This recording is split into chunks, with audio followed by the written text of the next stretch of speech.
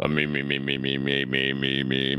to all the chickens I forgot and the ones that I passed by. What are the words? Anyway, hello, Happy New Year 2023. Wow, that sounds crazy. Is it really already? That's bonkers. Look at this. I'd just like to give some props to my friends from the Sweetwater organization and Sure, who hooked me up with this nice SM7B. Can you guys hear me okay? Let's make sure you can hear me through this SM7B.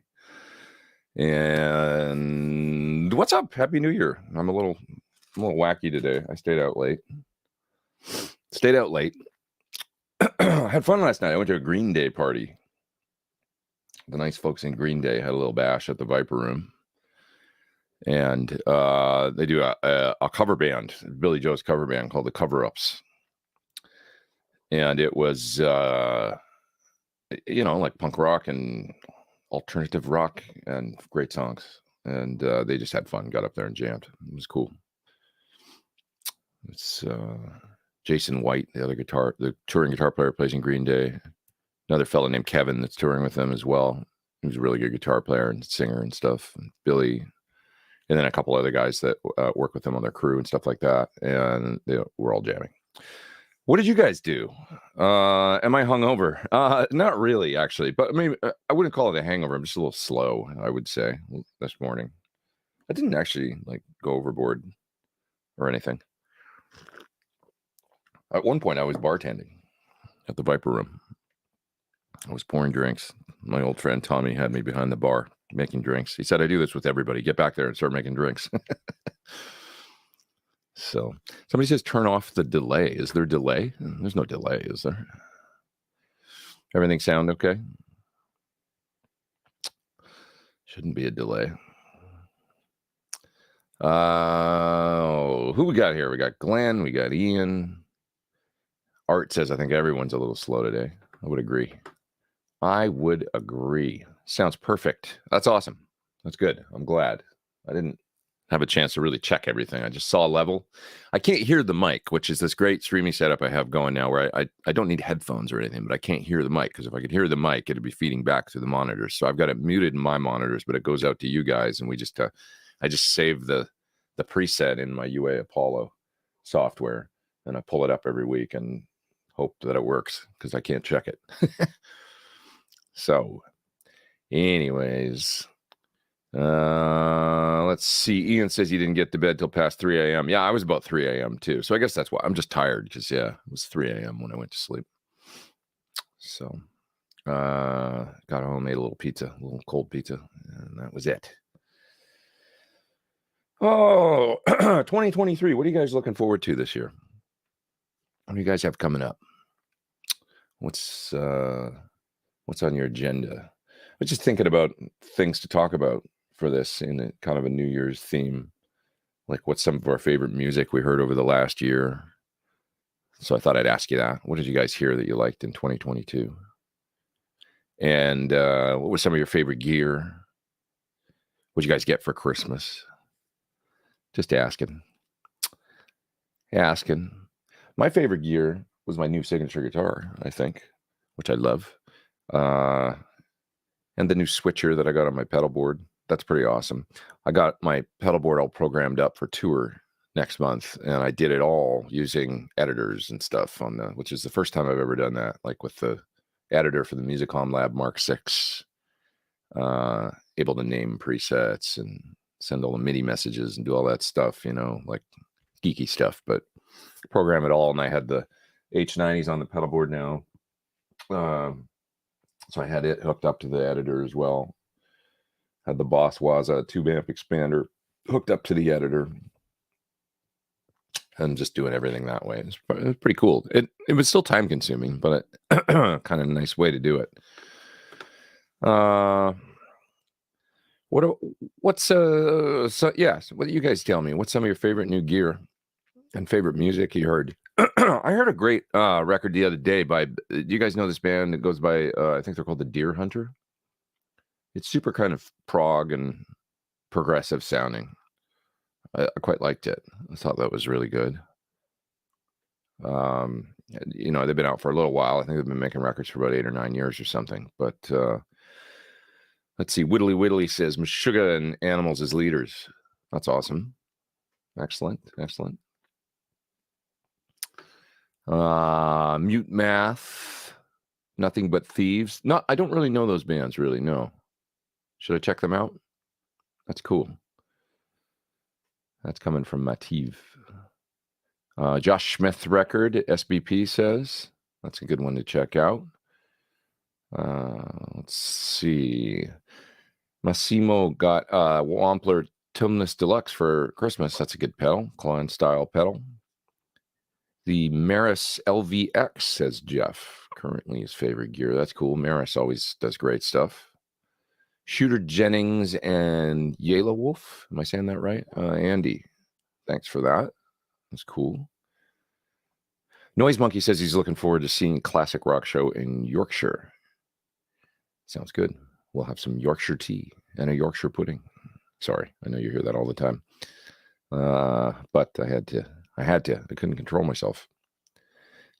Grant says he's hoping to practice a lot more in 2023. Here, I'll highlight some of these.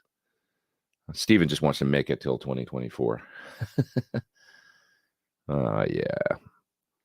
Have I heard of a company, Dakota says, in Nashville called Third Power? Yes. Yeah, they make nice amplifiers. For sure. Ryan says that he and the Ben Coombs guys were up Zooming till 4 a.m. You crazy guys. You crazy guys. Probably some East Coasters and West Coasters, I would assume. When am I heading over to the UK? It's in a little under 2 weeks, which is scary because I still got a lot of stuff to do before I leave. I'm working on a video right now for this guy, the Revolt from. You guys seen this thing from 2 Notes? I must mention I don't have anything hooked up today playing through. I was a little late getting here because of the, so I could turn on amps and stuff, but I might not. We might just talk this week. But I do have this Revolt here, and I've basically done recording a video for it. I just have to edit it. And it's basically a clean channel, Fendery, British Crunch channel, and a modern lead SLO style channel, all analog, but it's a 2 Notes product. There's a tube in there. And so, this trend of pedal board based amp and cab sims continues.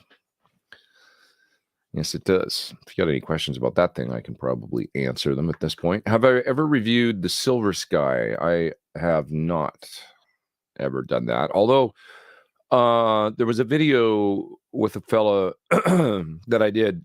Sorry, guys. Getting a little bit clear my throat.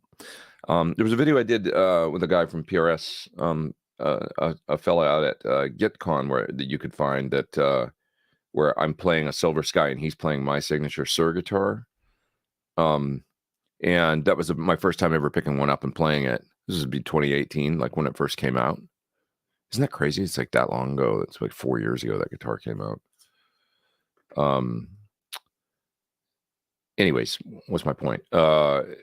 It's good guitar. I mean, I liked it, and I really thought the in-between positions were quite good on it. Like they had this really kind of super stratty, scoopy, the in-between positions were really nice. And I liked the neck. It's got a serious vintage radius, 7.5 or whatever, but it feels great and pretty good guitar, really. I must say, John, they did a nice job on it. Dan is saying, I thought you did not prefer the Boss Tube expander. I think it's actually a really cool device. I just think my recommendation with it is to be careful with the reactive load and how you set it. Otherwise, it works really well. It's not, I'm going to use it actually on tour coming up because I can easily then I'm using it with the SL68 to add some reverb and echo to the, because it's a Plexi style amp with no loop and all that. So, and to control the volume of it.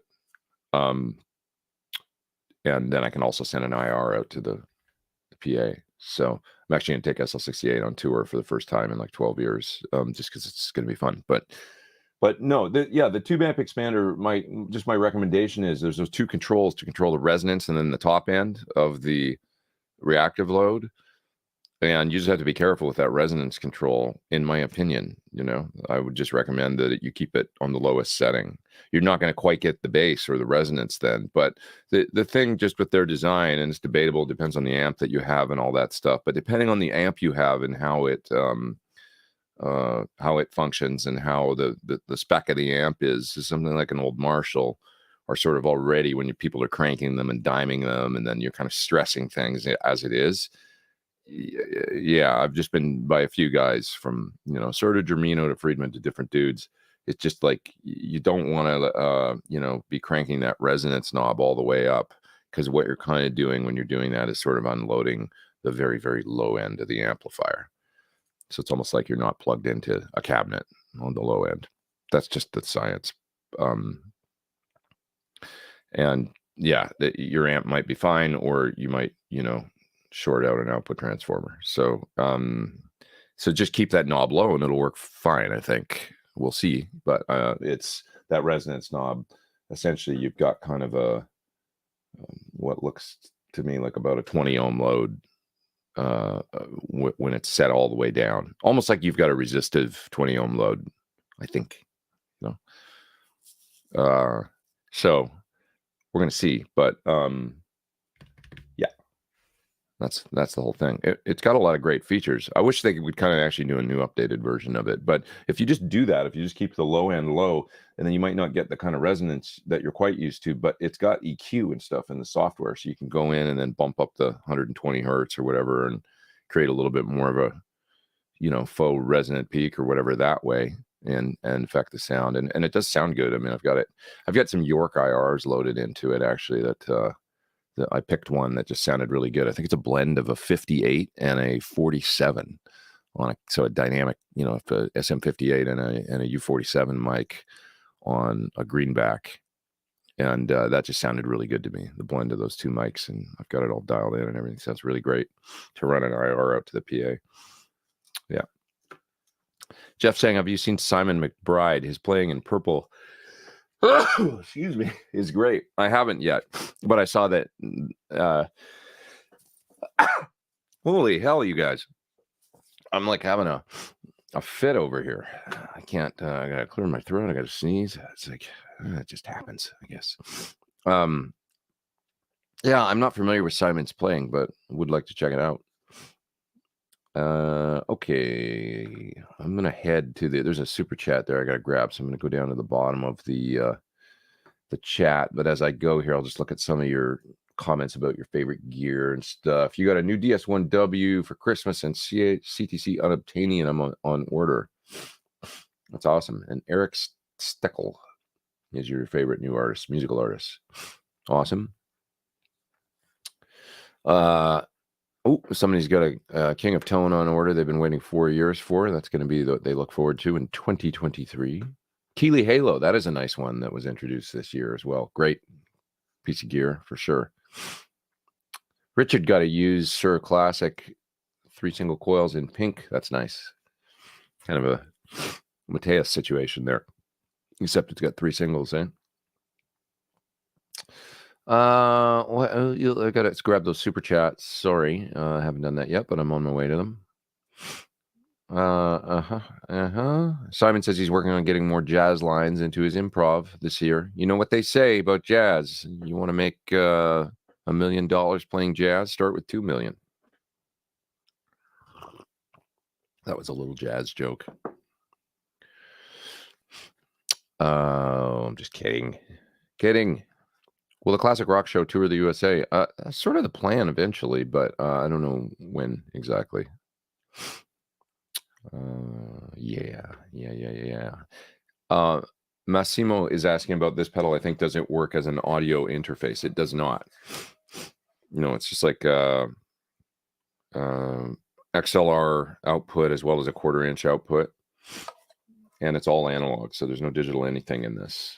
Even though they're kind of a digital, I think their idea is it's MIDI and you can hook it up to a cab M And then you could, do cabinet IRs and stuff in the cab M, or take the output and go into wall of sound, which is kind of what I did a lot in the video. I used wall of sound speaker simulation. It's got a simple analog speaker simulator in it, just like a one, an on-off, like you get one setting. But in my mind, you're better off, pairing it with some of their Dyne IRs or other impulse responses for speaker sim. Or you could run it into a power amp and use it as a full-on preamp. Are you using the unobtainium? Yeah, I love it. If I've never played a Klon or a Dumble, should I buy it? It's one of my favorite new pedals, and I'm using it a lot actually in this, like the steel string singer setting on the Dumble side is killer for just like fattening up an amp's clean channel and making it a little juicier, with I love pedals that do that kind of the edge of breakup thing, but this is even like it's almost clean still. And it just does a great thing to the tone that just gives it a real, like it's saucier or something. It's really cool the way I've got it set. You can get it to drive too, but if I hit it with humbuckers, it's overdriven. But like with singles and rolled down a bit or an in-between setting, it basically sounds clean, and it's just like better, it's just cool. And then the Klon side is awesome. Like everything you could want out of a that's style of sound. So I'm really enjoying using the pedal. I'm very happy I've got it on my board. Yeah. Yeah.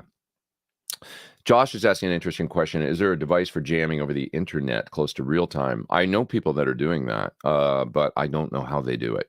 I'd have to ask. There's a fella that's a drummer friend of mine, Mike Bennett, and he's got it figured out. He can do real-time sessions, basically, where he's like able to play with folks in other studios, and it's in real time. I don't know, but he's a very, very, he's technically a very, very smart guy, and has his studio. It's close to mine here, and it's all wired up for all that kind of stuff with cameras and everything too. Like it's quite a scene he's got. So, anyways, do you even like vintage radius? I do on my old Strat and Telly. I kind of like it for some stuff. It's pretty cool for certain things, So I'm a kind of guy that basically, I spent a lot of years wanting everything to sort of feel the same, my guitars. And I wanted everything to kind of play like my old Jackson, like my basically Charvel, It just felt so good. And it was like I wanted to, fret size and necks and everything. I just kind of liked everything to be very consistent. And then I got into the 90s, and I guess it was probably around the time that I started playing Gibsons. And that was a new thing to me because I'd never owned a Gibson and never, but it became like kind of necessary to, Les Pauls and stuff. It was just like the right guitar to play in certain gigging situations and stuff. So I got, my first Gibson was actually an SG, which is the one I still have. And then I got a couple Les Pauls, and I had to learn how to play them. I had to learn how to, to get used to them, and the different angle of the neck and the height of the bridge off the body and all that stuff was very unfamiliar to me. But I grew comfortable with it after a while. And then now it seems like no big deal to switch from one guitar to another, or different scale lengths or different neck shapes or radius or all that stuff. It doesn't bother me like it used to. So, yeah. Now I kind of take each guitar as a different, it's like, oh, what does this one do? And it's kind of fun. I still like, for my signature models, I like it to be very specific, but I can also pick up other kinds of guitars and really enjoy them for their differences, I guess. Anza says, here's a super chat over in the UK. Love Sunday Live. Thanks for being here. Don't usually get to watch live. Usually watch on Monday night. Been using the PT100 plugin to record into Logic. It's awesome. Man, it's a really good sounding plugin. I agree. I was doing something recently where I had an overdrive pedal plugged into it. It was actually like the 5150 overdrive, and I was running it in front of the preset that it pulls up on when you load it up on the clean channel. And it sounded so damn good. I was like, that sounds just great with this drive pedal in front of this, plugin. It's like kind of awesome sounding. If you have a 5150, try it in front of the clean channel of the plugin. And, the Boss MXR, or not, sorry, it's not Boss, it's MXR 5150 overdrive that's been out for a number of years now. Really good sounding pedal, that 5150 overdrive, I must say. Really nice sound. It's that and the BEOD, and there's some really good distortion pedals out there that get you very close to a great amp thing, and that's one of them.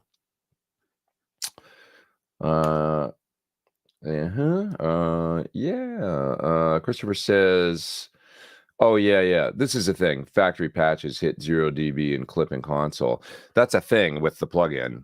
It's a nice follow-up to that. Is the power soak tone not altering like a passive load? No, it's just the output level for the plugin. Yeah, Christopher. So if you do get my plugin, you might notice it's kind of hot, like the way it pulls up and stuff. And it's, yeah, I totally agree that I wish that was something that they would, do an update for or change or something. But yeah, the fix is just turn down the master, the power soak it's called, and bring it back about 10 dB, give yourself some headroom or something, Yeah. Rock and Rolling says you're not taking the PT-15 on tour. You know what? I'm not this time, and not for any reason other than, I love it. It's been great, but I used it for a couple tours, and I just like to mix it up a little bit. So it's still all Sir as far as my amps go, but I just thought a number of years ago, I did a rig with Melissa Etheridge where I didn't use the PT-100 either at the time. I used SL68 and a Kelly, which was also made by Sir, the Jim Kelly amp. And I thought, why don't I do something like that again? I just literally just out of like trying to mix it up a little bit and try something different, So I have been using the PT-15 here to dial in the sounds because it's a Bella clean channel. So I'm basically going to AB a Bella, which is, just like a PT-15, but double the power basically on the clean channel. And then the SL68 for all the dirty stuff. I'm doing some dirt stuff on the Bella as well, just with pedals in front. And I thought it'd be fun to have a combo up there for certain things. There's certain songs where that are in the set where it's a little more, the mellow side of things, or not mellow, but the lighter side of some of the classic rock stuff that we play, where it's just like, like when you think about Eagles and stuff, those guys are combo guys. It was those sounds are Tweed Deluxes, and it's Fender amps and that kind of thing. So having the closed back cab with Celestians isn't always the exact right thing for those sounds. So no matter what, when you're using one amp, the thing is, in the PA with the PT-15, you're getting IRs from me. So I can do open back cabs and stuff. And in the PA, it's reflected correctly, the right cab sort of choice. But there's such a difference between even just what I'm hearing on stage, like the open back cab sound and a closed back cab sound, as you guys know, like the difference between like a deluxe reverb and a Marshall 412 cabinet. No matter what amp you're using, just the cabinet type is such a different thing.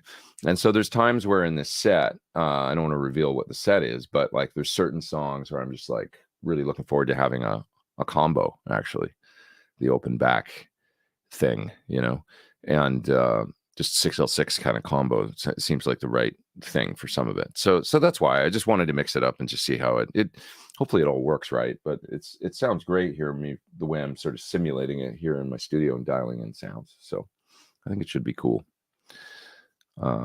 Yeah. And I do have a PT-15 over there in the UK. So if all goes to hell or whatever, I can always grab it and go back to my old way of doing things, because there's one that kind of lives there with the Sir rep in in the UK that I've been using on tour over there for a few years. So I could always change gears and go do that on fairly short notice.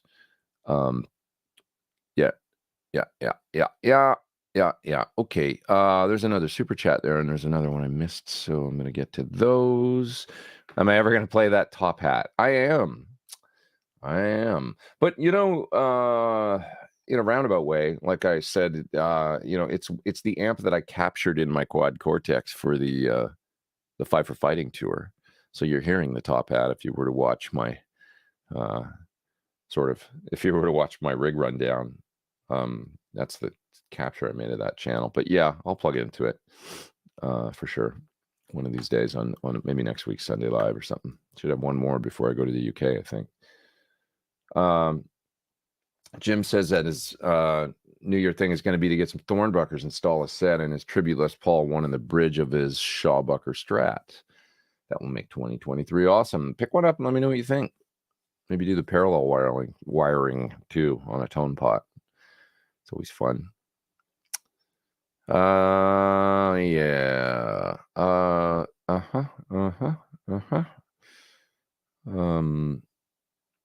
Just notice your Atomic Punk 5150 says, just notice your background. Is that an ode to the Great White North? My background. What does that mean? Sorry, I don't understand. Yeah.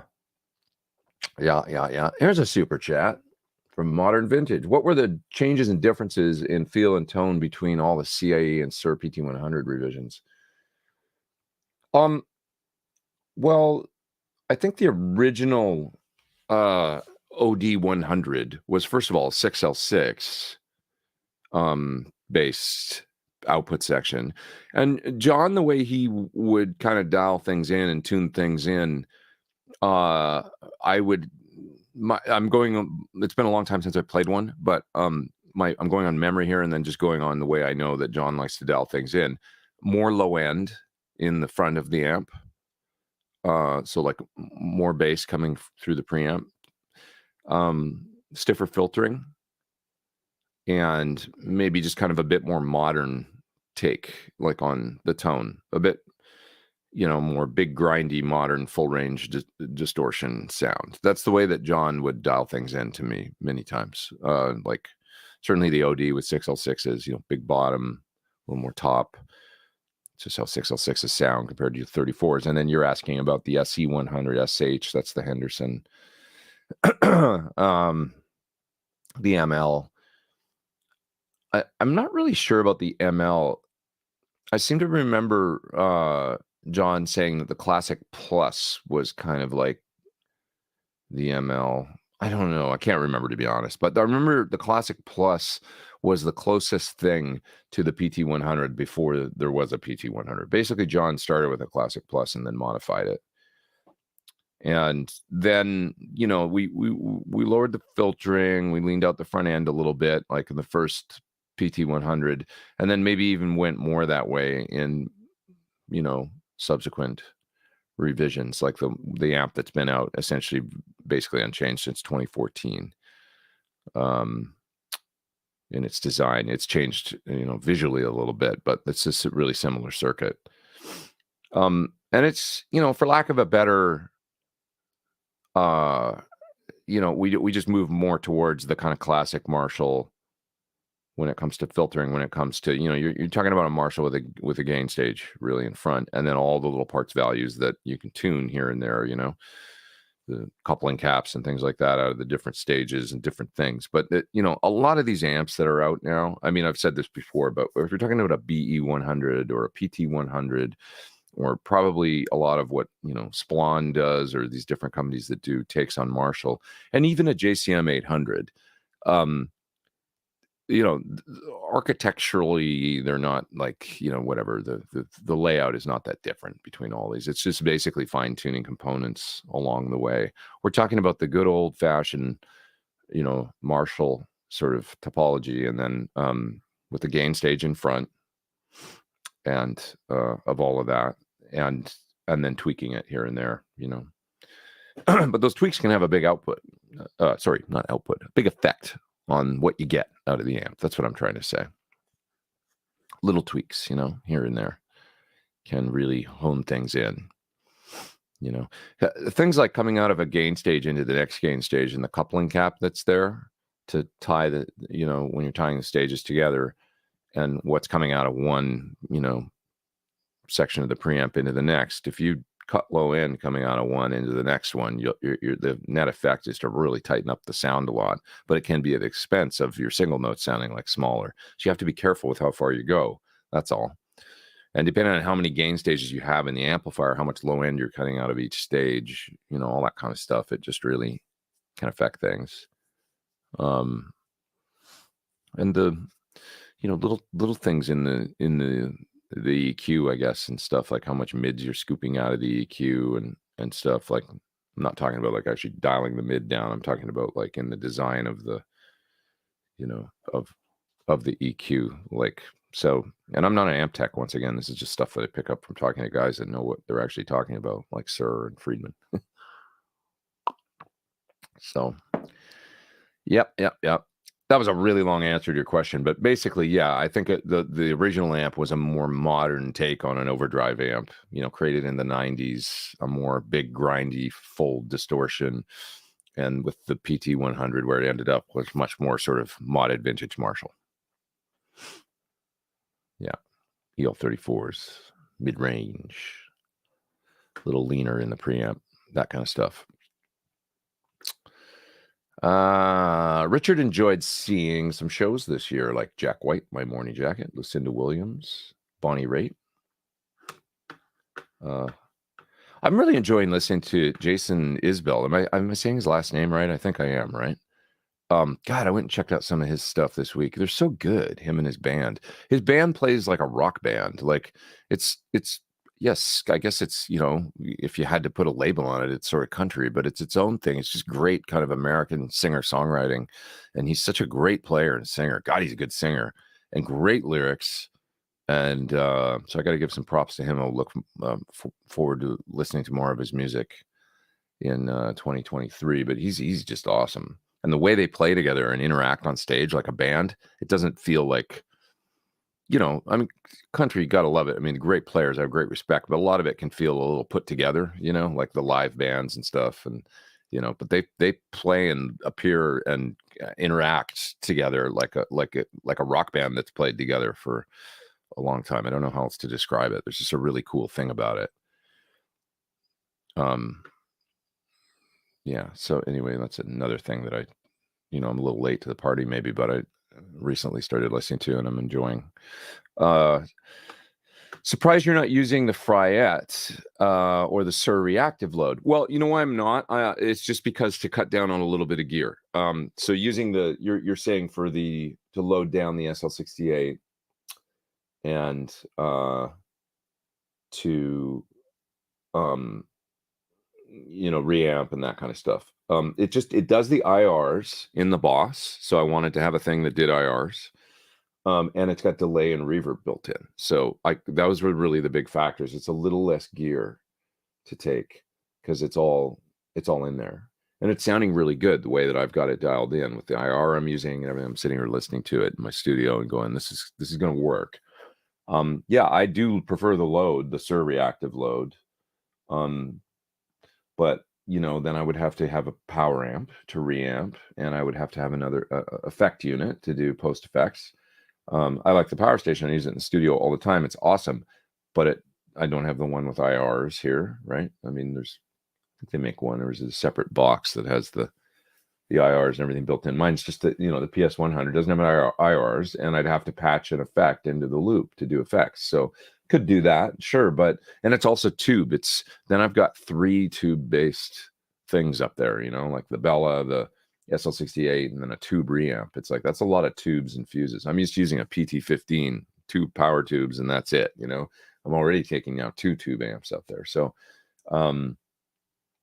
see my thinking, the Boss ticks a lot of boxes, with the reamp built in, the IRs built in, delay and reverb built in, so that's where it's coming from there. I can only take so much, and I don't want to make, it's a fairly complex gig as it is, guitar wise and tunings and stuff, and I don't want to add more and more layers of things. There's enough gear that can go wrong already. So yeah. Let's see here. Let's see. Just heading down through the chat here and gonna make sure I didn't miss any super chats. This is cool. Michael says he recently got a 76 Ibanez Destroyer. What a fantastic guitar. Instantly became a favorite. I'll never sell. Me too, man. I love mine. Really cool sounding. Just cool. They're just cool. No doubt. They did a great thing when they did those, and unfortunately it was a infringement on Gibson, so they couldn't make them for very long. But they were cool the couple of years they were out. No doubt about it. I wish there was a way to work that out, like do a licensing thing with Gibson or something and make I I really think it'd be cool if Ibanez did a reissue of it, and if they could, you know, pay Gibson a royalty or something like that, and did a limited run of them or something, just the way that they were made back in '76. Just food for thought for Ibanez and Gibson. Yeah, it was a total infringement and stuff, but it wasn't exactly the same as an Explorer because it's not mahogany. You know, they made them. It's a sandwich body made out of ash. It's a totally unique, you know, and they should just make them like they did. You know, I think it would be a really cool thing, you know, to do. You could even do one kind of loosely, you know, honoring Eddie or something with and paint it white, you know, because he painted his white before he did all the stuff to it, you know. So, but yeah, I just think it would be neat. JJ says, "Do you still plan on recording a new EP?" I'd love to, man, but I got so many projects going. I'm working on so many things before I go away. I've got a really fun thing that I'm working on that I can't talk about, but it's an exciting project that, you know, in a few months all will be revealed. But it's an honor to be involved in and really cool. So I'm working on that, and that's taking a lot of my time actually. And so yeah, I just got a little redirected in the last couple months, and I thought I would have time to do an EP, but that hasn't transpired. So maybe in the, you know, early in the new year, or when I get back off tour or something, I can get back to that. Things come up though, you know, and then plans change. It's kind of crazy. But any advice on insuring a guitar and amp collection? Look at Heritage Insurance. Those guys are.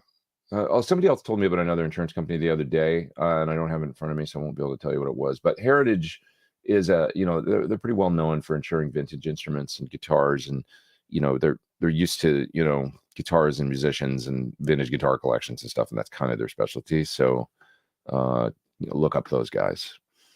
How many mods have you had done to the SL68? I see 3 switches on it. Yeah, it's got basically a switchable bright cap. So I can go 100 PF, 4700 or off. And then the fat cap, which is the EVH thing in the front end that just gives you a little bit of a thicker sound.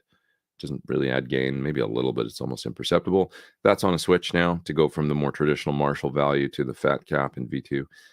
And also the 25K or 50K mid pot is on a switch. Also a subtle thing, relatively, you know, every little bit adds up. But so those are the 3 things I had done. You know, I don't think John I necessarily wants to do those things if you've got a an SL68, but you'd have to ask. Maybe they would. I don't know.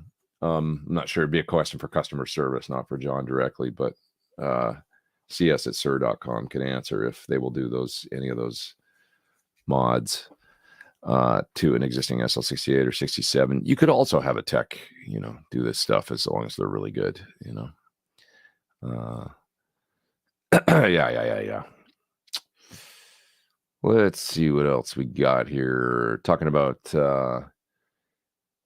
scale, radius, and neck angle feels different as you move from Fender to Gibson. It does, yeah. It is peculiar coming from bass, where pretty much all long scale basses feel the same. That's interesting. I feel quite a bit of difference in basses. I mean, and the neck, like for instance, the neck shape on my Warwick which is a long scale, is pretty kind of small neck. It probably closer to a jazz bass or something, compared to a P, which has that real wide kind of almost like C feel, like a vintage P. So, you know, for me, I love the way a P feels, but I know some people are jazz bass users, and I just, a good old P bass feels like just really solid to me. But anyways, moving down in the chat, there's a super chat coming to me all the way from New Zealand. What's up, Rob? How you doing? Is it early morning over there on the 2nd, eh? Super early. Hope you're well. Speaking of mixing it up a bit, says Dog Fan, do you ever get bored and start playing completely different genres of music? I wouldn't say I play completely different genres of music, although I have at times, you know, messed around with like classical and trying to just learn little pieces and stuff like that, because it's so fun the way that they're put together and the way the guitar, you know, the voice leading and stuff. And I have no idea what I'm doing, but I had a book once where I would sit there and learn these pieces, and it was pretty cool. It's more my listening. I mix up my listening like that. Like I'll turn on the classical station or turn on jazz or turn on, different kinds of music, even electronic music or different things to kind of mix up my listening a little bit and get away from rock guitar and mid-range. Yeah. Yeah.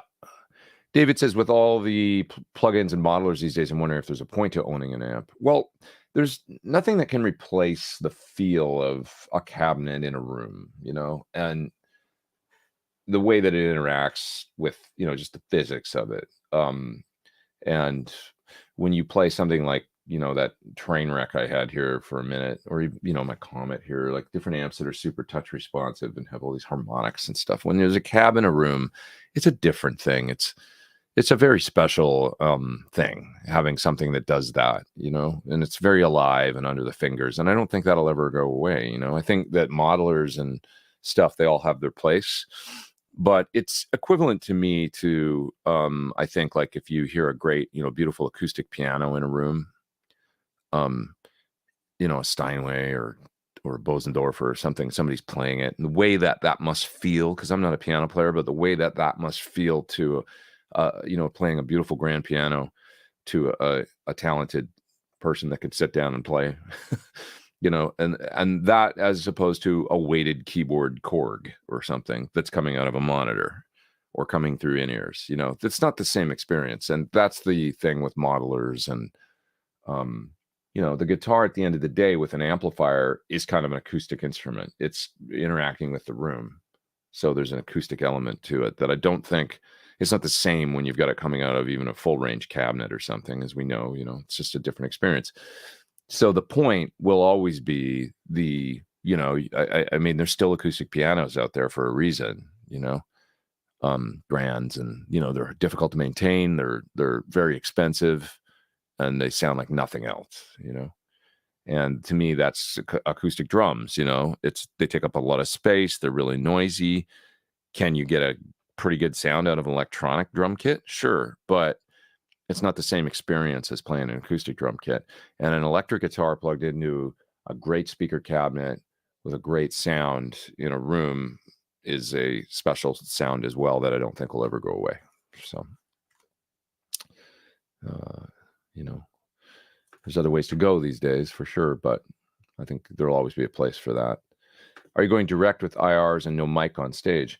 Well, so having said what I just said, I love to have a cabinet on stage still. So I'll have a 412 up there for the SL68, and then the 112 open back Bella will be up there too.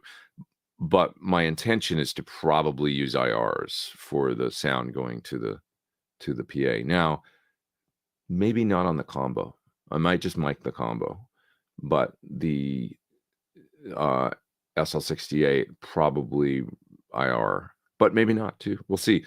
I've got an IR dialed up that sounds really good in the Boss, and we'll try that in the PA and see if the fellow running sound likes it and stuff.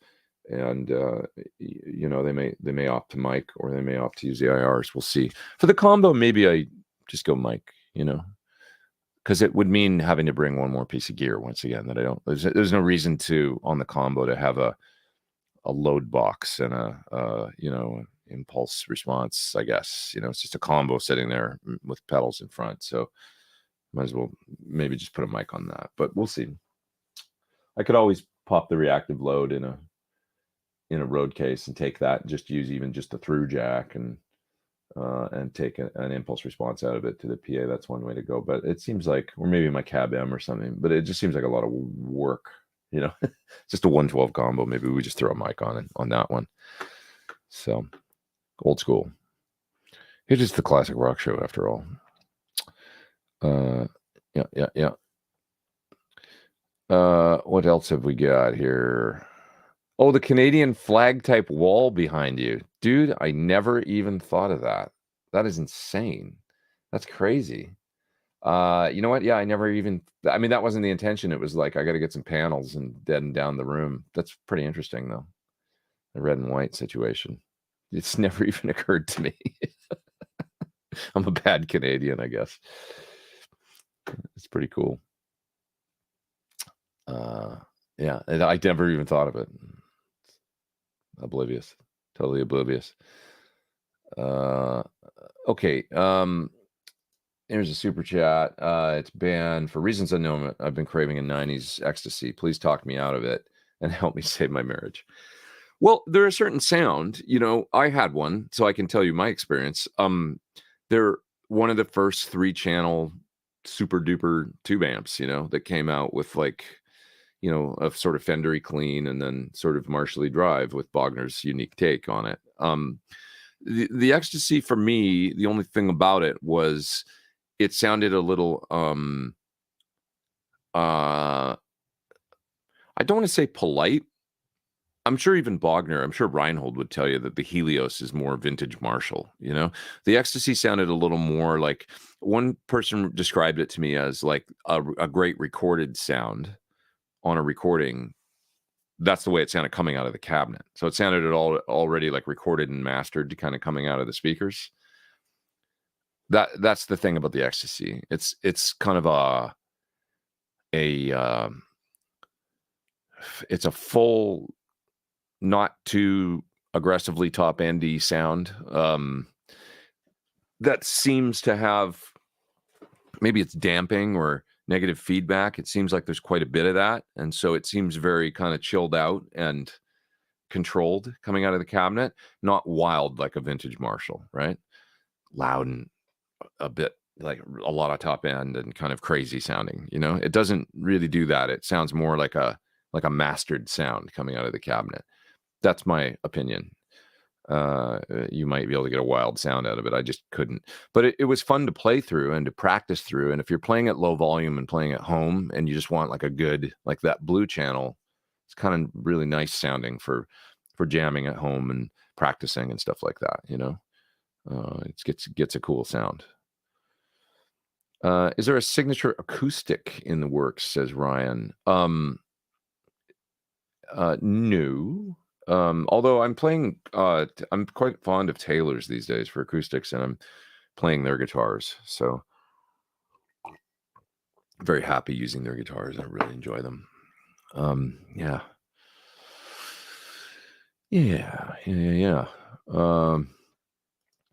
Let's see here. Here's a nice comment. I do like the Thornbuckers. Some very nice tones, different than a Les Paul, more chime.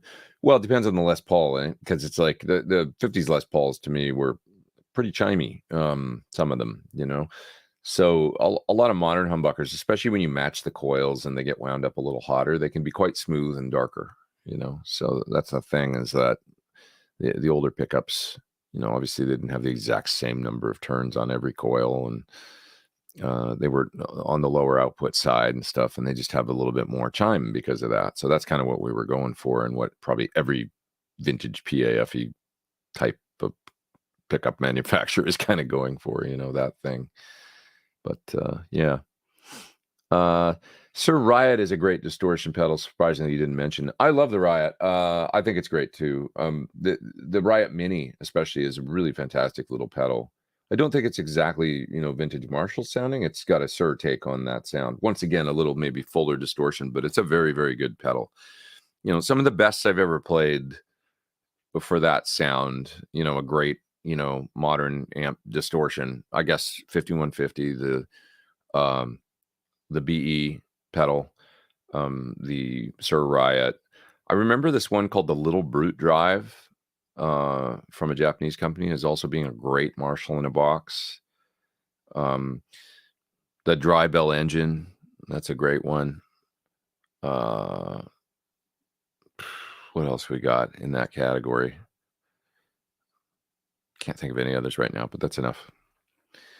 That's enough. Oh, somebody just said Tom Morello. His pedal's pretty cool. What's it called? The Power 50 or something? I think that's what it's called. That's a cool pedal. Basically, it's like a Marshall 2205 or 2210 or whatever in a box. Really good sounding. Have a great 2023, says Joseph with the super chat. Thanks for the weekly show. Hey, thanks for being here. I appreciate it. Thank you. There is Brian with a super chat. Happy 2023. Thank you, man. Love your upside down Marshall cab tone. Is it in your 2 Notes pack? Basically, yeah, I've got another cabinet that we took to the studio to do the IRs with. It's an old blockhead cabinet, and it's not an A cabinet, it's a B cabinet. So it's a full depth B cabinet, but it's exact same speakers, late 70s blackback G12M 75 hertz. So very, very similar sound to the sound that I'm getting out of that cab in the other room. Yeah, basically that sound is in my Dyne IR package. How close would I say it is? Really close. I mean, I can get a really, really comparable sound if I pull up the cab in the other room, and then if I dial in some Dyne IRs and a 2 Notes plug-in, then I directly AB and go between the two channels and listen, which I've done quite a bit. It sounds really, really close.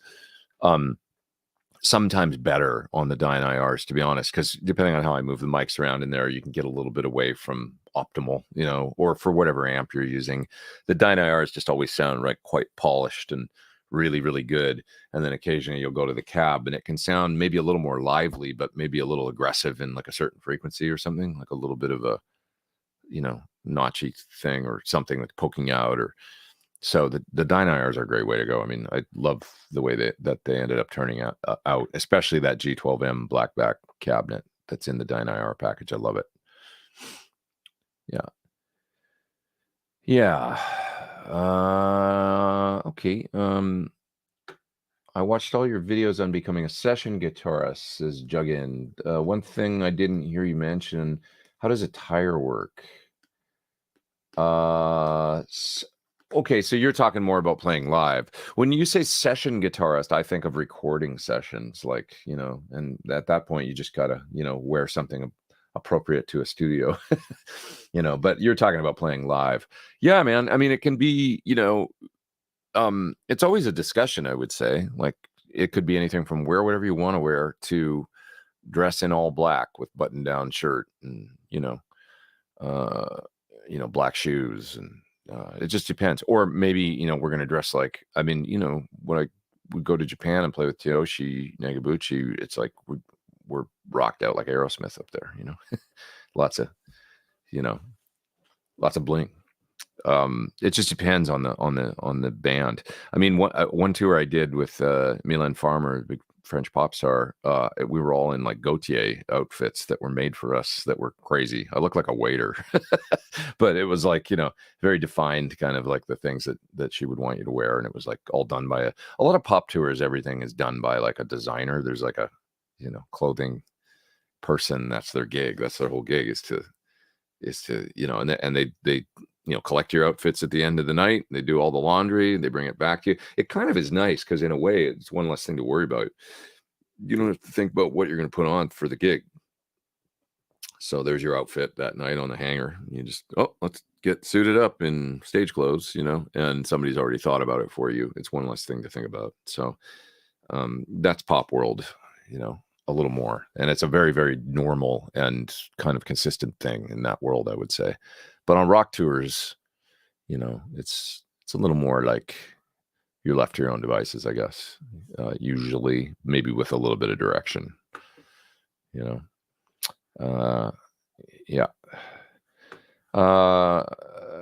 What else we got? Let's see. Oh yeah, here's another good one. The BEOD and the new Soldano pedal kind of do about as much as I crave for these days, at least for a big sound. Yeah, this Soldano is really nice as well. It's a good sounding pedal. Have you ever seen Ugly amps? The 18-watt Plexi-ish head and 112 cab is amazing. I've heard of them, but no, I haven't tried. Have not tried. Okay. Have you heard the audio interviews with Van Halen and Jazz? I never know how to say his last name, and I don't want to screw it up, but the fellow that did the great interviews for Guitar Player with Eddie, earliest interviews, and he was a legendary guitar player, columnist. Uploaded in his Substack podcast. They're amazing. They're what was used in Guitar Player in 79 and 80, but there was so much more on tape. Oh, I got to listen to that. God, I'm going to forget. I know it, but thank you for hipping us to that. I'd love to take a listen to that. I want to hear those for sure. Love to take a listen. Yeah, I'm sure like the non-edited versions are probably fantastic. It's very cool. Yeah. let's see. You guys are talking about wood and speaker cabinets. That's some good geeky stuff to talk about. I like it. I like it. Yeah. Let's see. Christopher says he got 3 more UAD plugins for Christmas than he was planning to. Their 12-day year-end sale is evil. Classic Vibe 60 Squire Strat. That's awesome. Good Christmas stuff there. Hey, you got to treat yourself every now and then, right? Charlie from Blackberry Smoke is one of the best players out there. That's cool. I've seen those guys a little bit. Yeah. What else we got here? Let's see. What are you guys talking about? There's a super chat. Where's your SL68 bright switch? Close to the volume pots. When set as similarly as possible for Plexi tones, what are the differences in feel and tone between the PT100 and SL? I can get it pretty close, but there's something about the Plexi that always sounds a little more wild that I love. You know, it's a little more dynamic, stringy, open because there's less gain in the front end. It's kind of what I demonstrated in the video that I did for why tube amp distortion is the best distortion. I think that's what I called it. You can look it up and you can see where I demonstrate amps that have more cascaded gain stages in the front end compared to, I think I probably used the SL68 or maybe my old Marshall. How when you crank them up and they're running out of clean juice and they're distorting, they're not only distorting in the front end. I'm talking about the old Plexi style amps or Marshall super lead style amps, 4-hole Marshalls. They tend to then distort the phase inverter and then also start to sag in the power section, and you get this sag of voltage, and you can hear the transformer and the way it's buzzing and stuff, and you can hear it recover, and you know, there's something to that can't really be replicated exactly with gain stages in the front. Gain stages in the front is cool too, but it's just a more controlled sound that's a little more linear. That's what I find. The distortion character in an old Marshall, it's that sound of the G chord at the beginning of Mean Street by Van Halen. Right? It kind of goes like it has this like vowel sound to it when you listen to the way he plays that chord. If you play an amp with a cascaded gain front end, Soldano, modded Marshall, anything, add that extra gain stage in the front end to do that distortion, get it to the same amount of distortion, and then you play that part, it doesn't sound like that. It just goes, gah. Whereas the old Marshall will go, gow. It's ridiculous, but that's, you listen to the chord and you'll never unhear it, you know, on that part of Mean Street. That's the sound of the Plexi that just is magical to me, because the amp is so responsive and so, you know, it's the whole amplifier is distorting and there's a voltage component to it and everything, because it's also starved with the variac and everything. So it's distorting even earlier and less headroom. And it's got this really amazing vowel sound to it that's very special. So that's the difference. You know, you could probably get the frequencies all just about the same and everything, you know, very similar, but the cascaded gain stage modern amps are more linear sounding, and they're, you know, and you can get them gainier and all that, but they just don't have that same dynamic sag recovery thing, you know. They're going to be more reliable, you know, but yeah, it's kind of magic.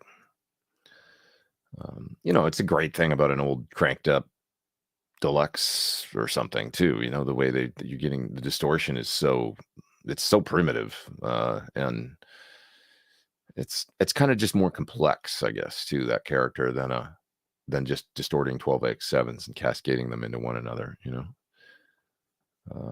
Yeah. Has anybody compared the EVH phase, flange, and chorus against the real MXRs? I have a little bit. I mean, I have an old phase 90, and the flanger, I know some people, you know, the original ones with the power supply and stuff, you can't get the original chips, so they've had to kind of recreate. And they're very, very, very, very close, I would say. The phaser also very close. And some people like the 90s Phase 90s or the, the block logo Phase 90s, the ones that came later. They have a little more of a defined sweep. Whereas the older MXR, like I said, I've got one from 74 or 75 or something. Folks that have tried them will probably agree with this. They have a gooey kind of thing to them that's a little more like there's a warmth and a kind of a less, they're less obviously phasing. It's a little more undefined.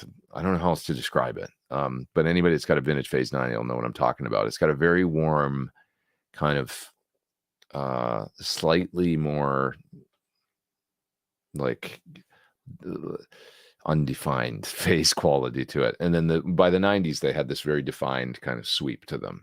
That was it's a slightly different color, both cool. And maybe the more defined thing works better for certain things, It's the same thing I really liked about the old Small Stone, though, was that kind of weird, it's a very lo-fi thing, like an old Small Stone from the 70s or something has a very sort of psychedelic kind of phase to it that's kind of loose.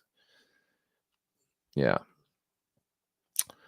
How heavy are the Ibanez Destroyers? Not very. Mine's not that heavy at all, actually. I would say that ash they used is quite light. But I guess that could be all over the map. I don't know, but mine's not that heavy. I guess I'm super far back in the chat because you guys are talking about the Destroyers now, and that was like 20 minutes ago for me. So I should probably move down. If I miss your question, which I'm going to miss a whole bunch here, just ask again, please. Yeah. What do I think about the amp sims in Logic? Pleasantly surprised, usable sounds. Yeah, some of them are good. I haven't tried them in a long time, though. There were some good ones. I just remember that, whatever they came out with, like, at least 10 years ago, if not more, and trying them. And there was some cool stuff, but I would say we're pretty far beyond that stuff now with whatever Neural's doing and, other companies. The PT100 plugin I love, I think that it's pretty far beyond. But that does not to say you can't get a good sound. Whatever sounds good, man. I mean, if you can dial in an old plugin and get a good sound, that's great. My niece Hurt is asking, your cabin isn't in your room. Doesn't that come into play at all, hearing the guitar through monitors? Well, it's definitely a different experience, but it's good from an engineering perspective to know how to dial in a good amp sound through monitors, because that's what I'll be recording and, recording on music or demos or whatever. So, but yeah, it's different. And there's nothing like having a cab in the room. And the way that it interacts with the guitar and stuff, and it's not an option for a lot of us, to do that. And there's ways to kind of get around that, to like things like feedback and things that you want to get, with a cabinet in the room. A little trick you can do is, if you're running an amp and then you're running a cabinet out in the other room and you're miking it, what you can do is, if you want to get some guitar amp interaction, you can take a split. So use an AB box that's buffered or something. Take the one side to your main rig and mic the cab in the other room, and then take the split to a little amp that is in your control room beside you. And you can use anything, but it just has to, be kind of high gain, like a little solid state amp or something that's got a lot of gain dialed in on it. And you just set it loud enough that it interacts with the pickups. You can put it on the floor beside you or something. And if you can get that amp to feed back, then you can get feedback right out of and it'll sound like the other amp is feeding back. It's cool, right? I heard that's how they did a lot of Slash's guitars on, Appetite, I think, was where it came from. It was one of the engineer's tricks that, a little solid state. You use a little Boss micro, combo or whatever, and just crank up the distortion all the way. Turn up the amp, and then it's going to feed back through the pickups and give you, you know what I mean? It's going to interact just like as if you had the big cab in the room. If you've got even if you don't have a lot of gain dialed in on the main sound. So it's a way that you can get on a cleaner sound some sustain and feedback happen. It's kind of cool. Give it a try if you're a studio person. Maybe I should demonstrate this in a video. Sounds like a YouTube video. Yeah.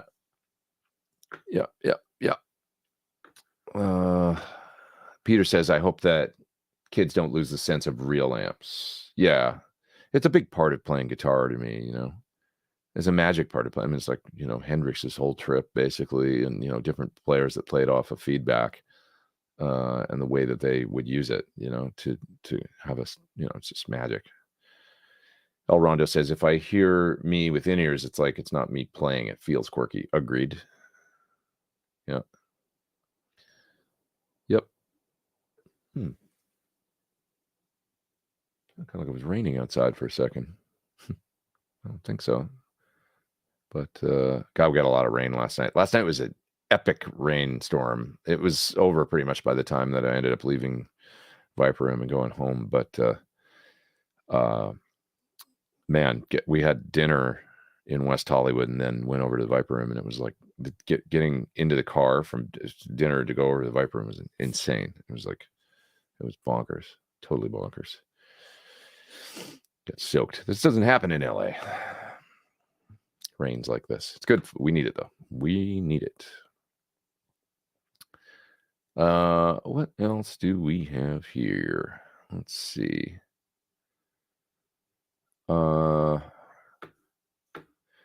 Glenn's asking about what is the Boss mentioned here. I think we were talking about the tube amp expander earlier, the Waza TAE.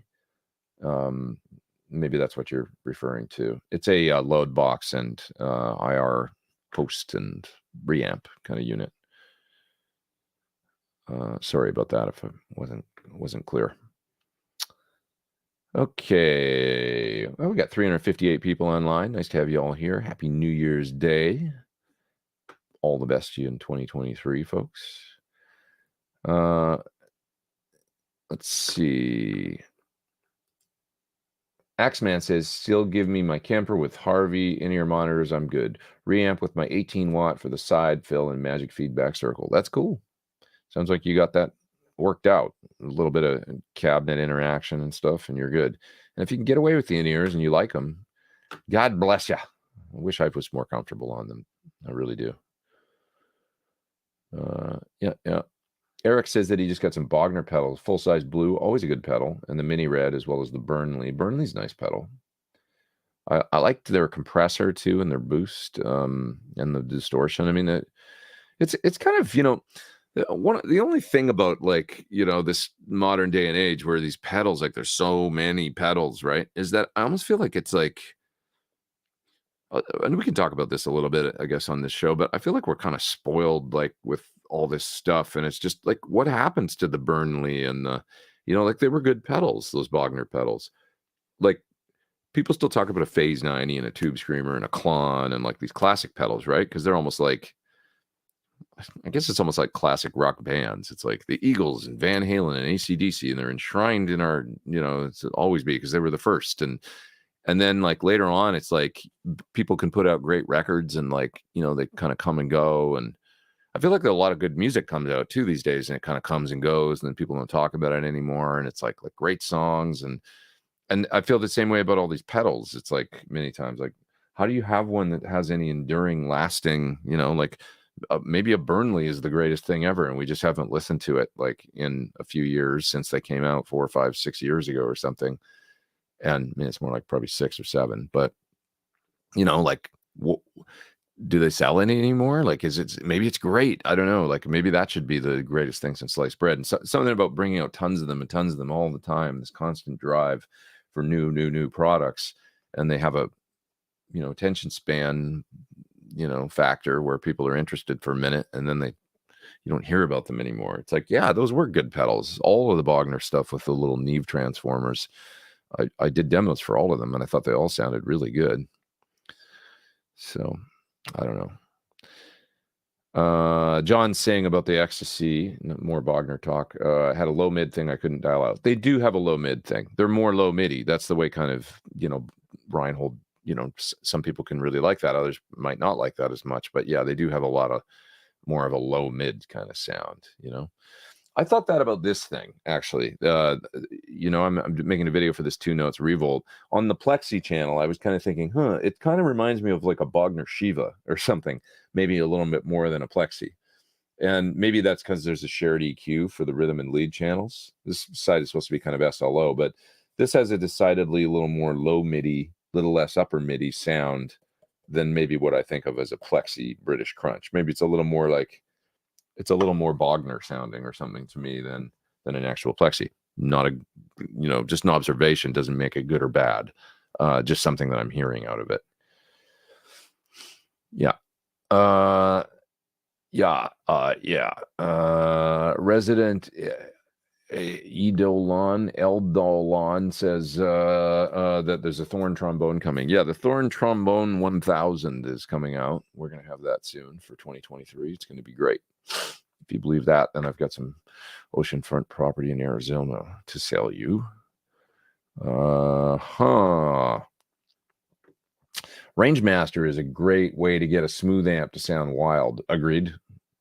Any kind of, if you ever want a smoother sounding amp to get crazy, hit it with a treble booster, and it'll always get snarly and gnarly and angry. Love that sound, though. I do. The midway point to those is a mid boost. I have some here I'm supposed to be doing a video for, and I better get it done. The Valbrook Barbecue, nice mid-range boost.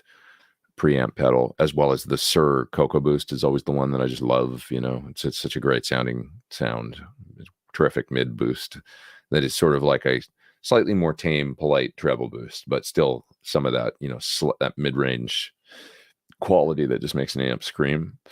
I love that. Yeah. The other pedal that does that quite well that I use is the Unit 67 here on my pedal board, which is just a great clean boost that can also be a Rangemaster sort of thing, and I really like it for that.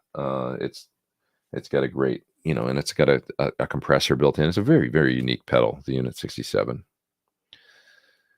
There's a super duper chat there. Is there a most common way songs are recorded in the studio? Which track gets laid down first? Generally speaking, you're trying to go for bass and drums and maybe rhythm guitars. Maybe a scratch rhythm guitar, but it's great if you can get the bass and the drums together. People make songs all kinds of ways, but if you can get all the musicians in the studio together, at least guitar, bass, and drums, or keys, bass, and drums, or whatever, it's nice to cut live like that.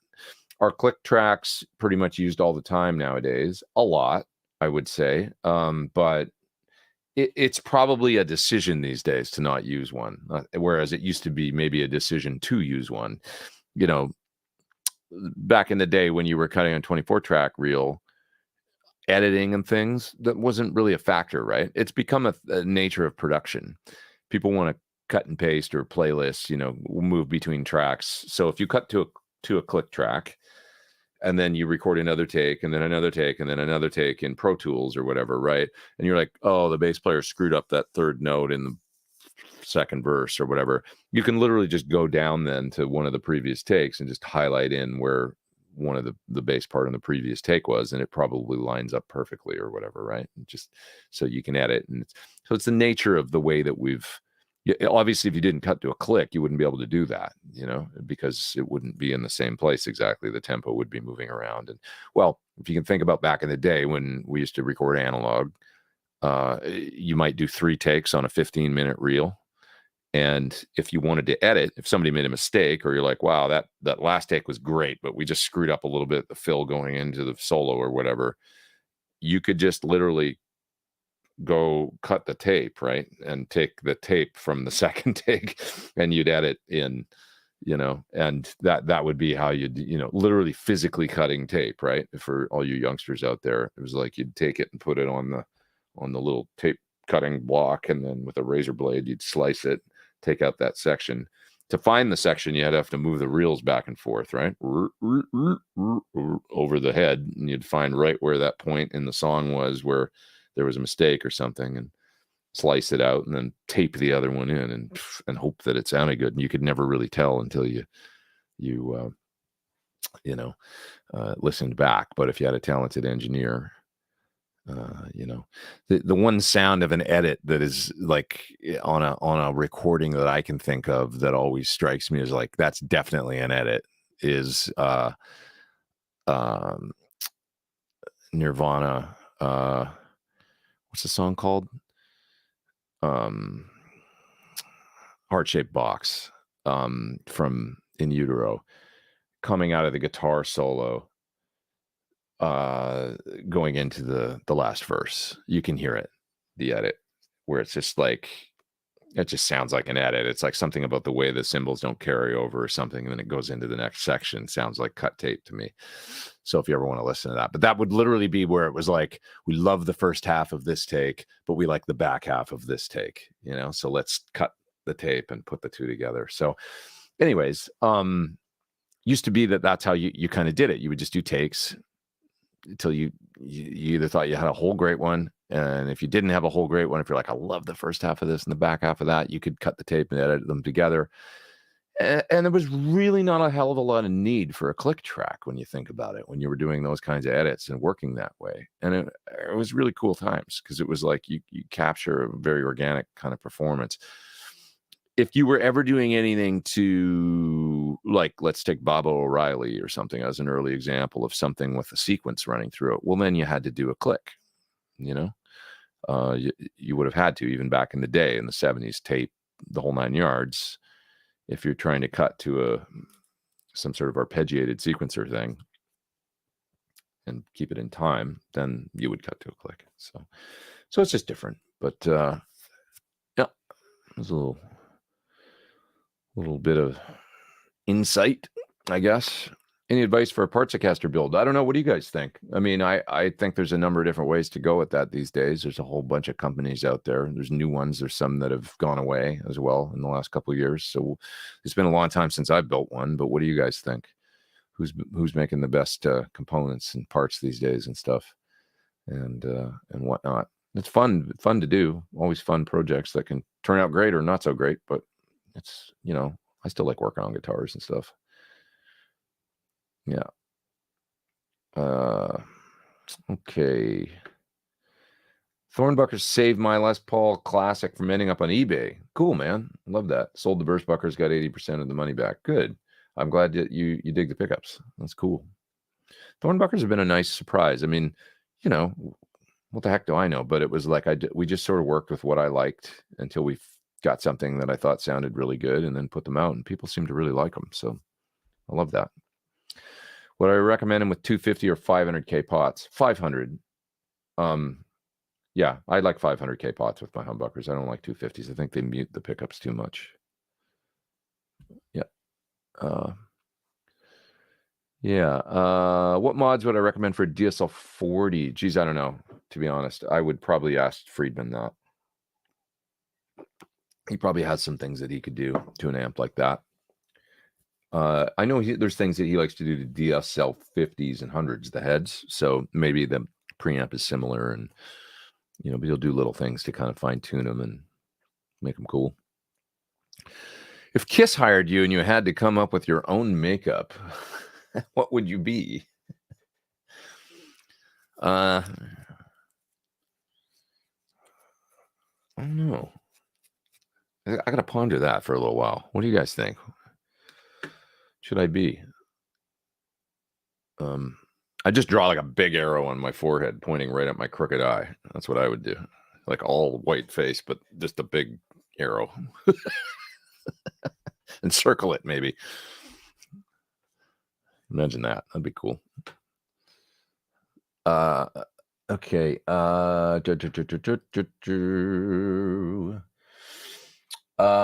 Wilkinson WLS 130 locking steel saddles are simply amazing by any measure. Is this your invention and design? It's not, but it was Trev and I think Sir offering some advice along the way, and then Trev coming up with a design for a saddle. But yeah, they are terrific, and they're very helpful.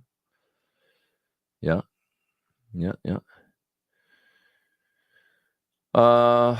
Let's see. Here's some super chats. Thank you guys for these. I appreciate that. Happy New Year to you. William, helping me buy some coffee. Anza Johns as well, over there in the UK. Lots of folks in England watching. I'll see you guys soon. I'm a Friedman SB. What's that? Small box, I guess. Head user for live playing. It's got an itch. Just wondered if the PT100 would be usable in clubs. I like bigger amps. Yeah, totally. I mean, you know, any of these amps have great master volumes these days, and I don't play that loud. I mean, PT100 you can totally tame down. You just engage the loop return volume in the back, and that becomes the overall channel master. And if you have it on like 2, and then you run the channel volumes up around between 3 and 4.5, that's a great way to set it up. And then start with the loop volume on the back with the loop on, loop on and the volume on about 2, and then you can bring it up to 2.5 or even 3. It's about unity gain by about 3 and 3.5, so the amp will be getting pretty loud by then. But if you need to control it and have a lower stage volume, just bring it down to like 2.5. Perfect gig volume. What's your new gig, says Josh? I'm headed over to play with, it's not really a new gig, I've done it before, but Classic Rock Show over in the UK. So we play hits from all kinds of bands, and it's a very nice theater show that's kind of synced to video, and we play lots of great songs all over the spectrum of rock and roll. It's a lot of fun. Those guys have become really good friends of mine, and we have a good time. Play some great venues, classic venues where, you know, if you look at the bands that have played in these places, but like the place we play in Birmingham, right in the center of town, where Sabbath played, and, you know, Zeppelin and the Beatles and all kinds of bands. It's really cool, these old theaters that we do the gig in. It's fun. Pretty fun. Todd says that was a cool Hot for Teacher jam you did with Glenn Sobel at his birthday bash. Yeah, on the 27th, Glenn Sobel from the Alex Cooper Band had a fun birthday hang at the Maui Sugar Mill in Tarzana, and we all got up and jammed and stuff. And so I did a couple of Van Halen songs. Did Hot for Teacher in Mean Street. It was really fun. Really fun. Really fun. It was great. I love Glenn. He's great cat. Terrific drummer. Yeah.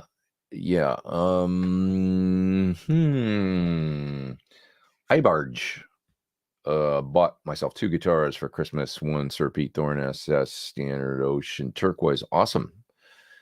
I love that color. And Fender Ultra Lux Stratocaster. Different guitars, and I love them both. That's awesome, man. Well, Merry Christmas. And I hope you get lots of good use out of both of those. JJ says there's a new Bogner coming out soon. It's the new Uber Ultra. Any chance you might do a video? Possibly. I mean, if he asked me to. I've never done a video for him directly, only for the pedals and things, but never for the I don't think I've ever done a Bogner amp video. So yeah, we'll see. We'll see. Why am I talking like that? I don't know. We'll see. Yeah. Pete Thorn rules. Yeah, Van Halen was awesome. No, you're never going to sound like Van Halen. Well, that's pretty much, you know, when I play Van Halen, I feel like I'm an actor playing a role, like, and you're just learning those lines, you know, and then you're playing you're reciting the lines, you know, and you try and do it as best you can to play the part, but you're still an actor playing a role. You're not the guy. And I guess that goes for like learning anybody's material, you know, but Eddie was such a, you know, Eddie's a very, very, very difficult guy to try and emulate on guitar, you know, because he was so on fire, no pun intended, or, you know, but it first of all is like very young energy, but I don't know how to describe it. He was just such a unique musician, and his brother was a big part of it, you know. The interaction between the two of them, the way they grew up together playing, was sheer magic, and you can't really replicate that. Like, it never quite sounds like them, you know. You can get very close, but you know what I'm talking about. It's a very difficult band to cover, you know, because Dave was they were all, Mike, his crazy voice and his presence, and you know, they just had a very, very magical chemistry that is impossible to replicate, you know. And why would you want to, I guess, you know. But it's a fun thing to, you know, Eddie's a lot of fun to try and get inside what he was thinking, and his stylistically and stuff. I love his playing, and, you know, I always will. So but yeah, it's like being an actor and trying to play a role when you're trying to learn those parts and play like he did. Because when you watch him play live, you know, he never does it the same way twice exactly. So we're all like learning the licks off the record and trying to play exactly like the album version, and then he gets up there and he would be his brilliant self and do other things. And it's like, well, how do you do that? You know, you almost have to devote your life to like playing in that style or something, which is not something that probably a lot of us want to do. You know, we want to do our own thing. So there's no way to do it. Ben Coombs, just regular phase 90 with button to bypass the orange. Is that a mod? Oh, there's a mod. Okay, that's interesting. That you can do to make a newer one more like an old one. I'm going to be on Ben's show tomorrow night for a little bit, guys. I don't know if I can stay for the whole thing, but because I'm just so slammed before I got to go on tour. But I'm going to make a guest appearance on Ben's show tomorrow. So Ben, of course, my faithful moderator, a good man out there in the general Ottawa area, and I'll be hanging with the Canadians tomorrow on his show for a little bit. So it's Monday nights. How different is a Basement AB 165 from a JTM 45? That's a good question. I don't know technically. There's some crossover there, I guess I would say, in the gain levels, and you know, the basement's still cleaner to me. But a basement can sound pretty great. You're making me miss my basement. It's in the other room. There's no reason for me to miss it, but I just haven't had it in here for a while and haven't used it. But I do have one, my old basement, and they're terrific amps. They're great. The original kind of pedal platform. They work really well with pedals, and they can sound great when you turn them up too, and run the bass low and the treble up higher. Get a great crunch out of them. That is not dissimilar to a JTM 45, I would say. Get some nice rock tones out of them for sure. Yeah. Okay, it's 1:21. I'm gonna hang for about another 25 or 30 minutes, something like that, and then I should split. We'll go about 2 hours here, or a little bit less, and then I'm gonna get some work done. Let's see. Did you see that Kathy Rhodes let George Tripp's MXR team take the chip pan apart and document it for new Rhodes signature pedals? That's cool. MXR Distortion Plus, is that what they're going to do? Or maybe that and an EQ together? That'd be interesting if they did the whole thing in one, because he used to use an EQ as well as and the EQ is so important. You know, could be cool. Yeah, absolutely. Yeah. Mm-hmm. I had fun, you know, working on that Randy Rhodes video I did a while ago for the guitar, and that third Randy Rhodes model that they'd made for him. That maybe you saw the video. I had a good time doing that. Excuse me. Guys talking about phase 90s. MXR 74 vintage phase 90 better than the EVH. Steven likes it. The 74 sounds closer to what I hear in the VH records. It probably is a little, you know, I don't know like what the difference is between the two. I've enjoyed I think I sold my phase 90, my EVH phase 90, but I had one and I used it for a while in a rack, my old rack that I used on tour before I went to pedal boards. So this is going back a long time. But anyway, I've got a 74.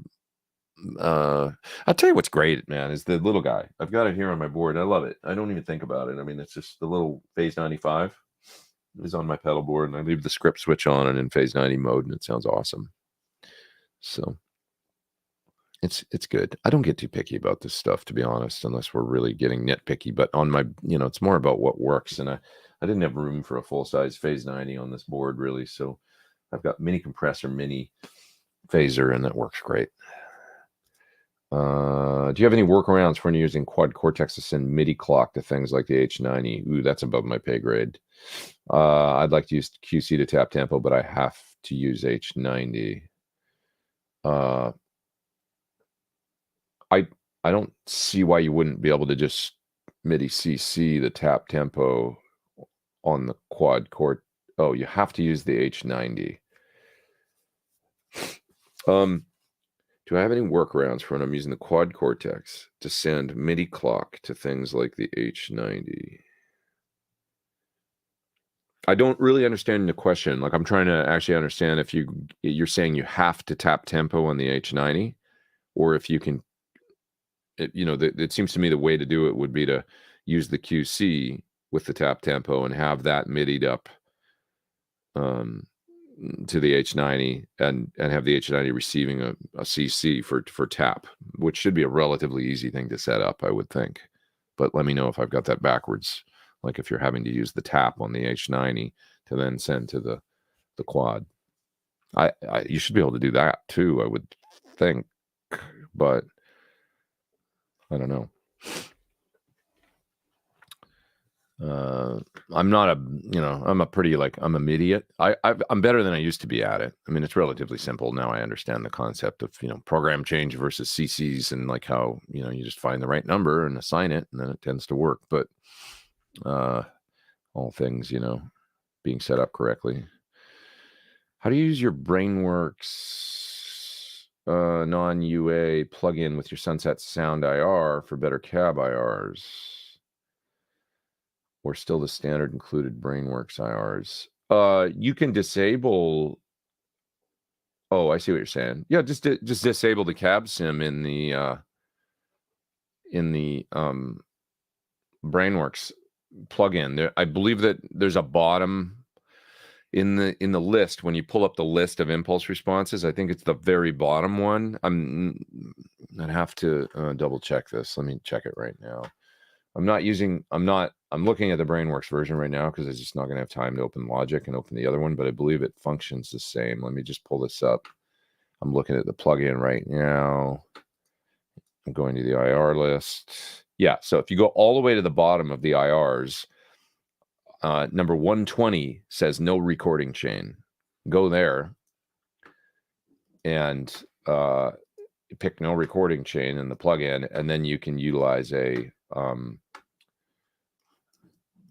what am I trying to say? An impulse response within Wall of Sound. Use 2Notes Wall of Sound, to call up a Dyne IR, and you can pick a different impulse response.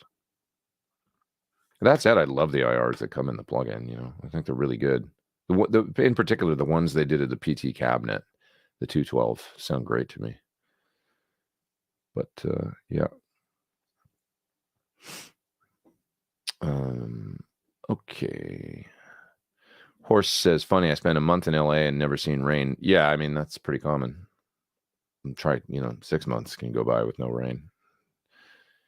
It happens. Tom says, we definitely need water out west, just not all at once. Yeah, true. But I guess we'll take it anyway we can get it, right? It's raining in LA right now. Yeah, I was hearing rain outside. That's weird because when I got here, it was all sunny. So it's kind of, these things seem normal to people in other parts of the world, right? Like, yes, it can actually, yeah, it's drizzling right now. How interesting. Wow. Getting a lot of rain, man.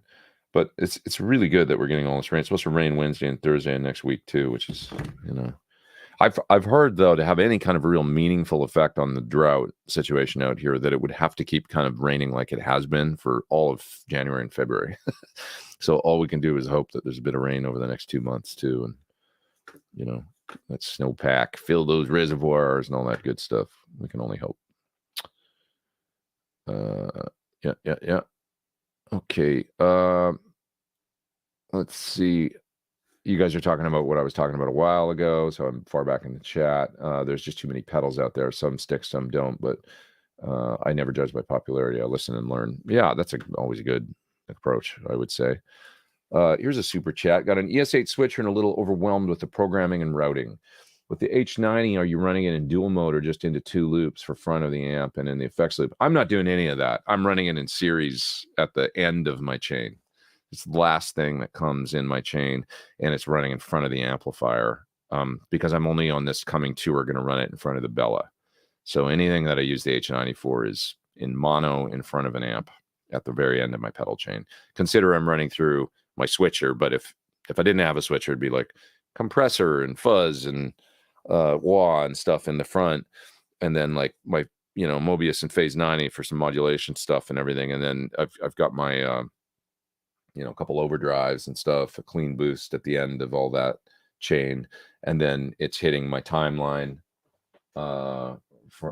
delay, and then the H90 at the end, and then go into the front of the Bella. Yeah, that's the way I'm doing it. But yeah, you can patch it with all of its, you can separate the two sides and then run them wherever you want in a switcher. That's totally a cool way to do it, the way you're going to do it. But yes, it can be overwhelming. And, I would just ask yourself, like, do you need to do all that stuff?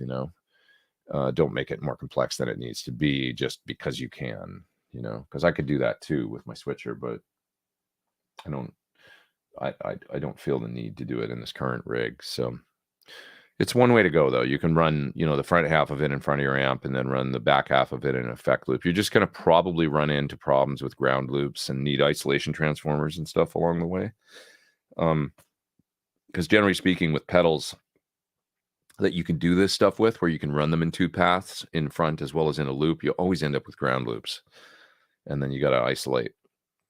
And, that's when it's time to consult Friedman and, have him make your rig, which he did with mine. But I used to run the Mobius like that. I used to run it, in front and also in the loop, so that I could, per preset pick where I wanted to have the mod. But then I just went, forget this. Like, I wasn't using the Mobius that much in front of dirty sounds. And if I was, it was for vibe or something that I would want dirt on anyway. So it was like, long story short, I just ended up running it in front, and I'm very happy with it there, not having it in the effect loop. So too many great choices. Just revisited the Empress Heavy, says Peter.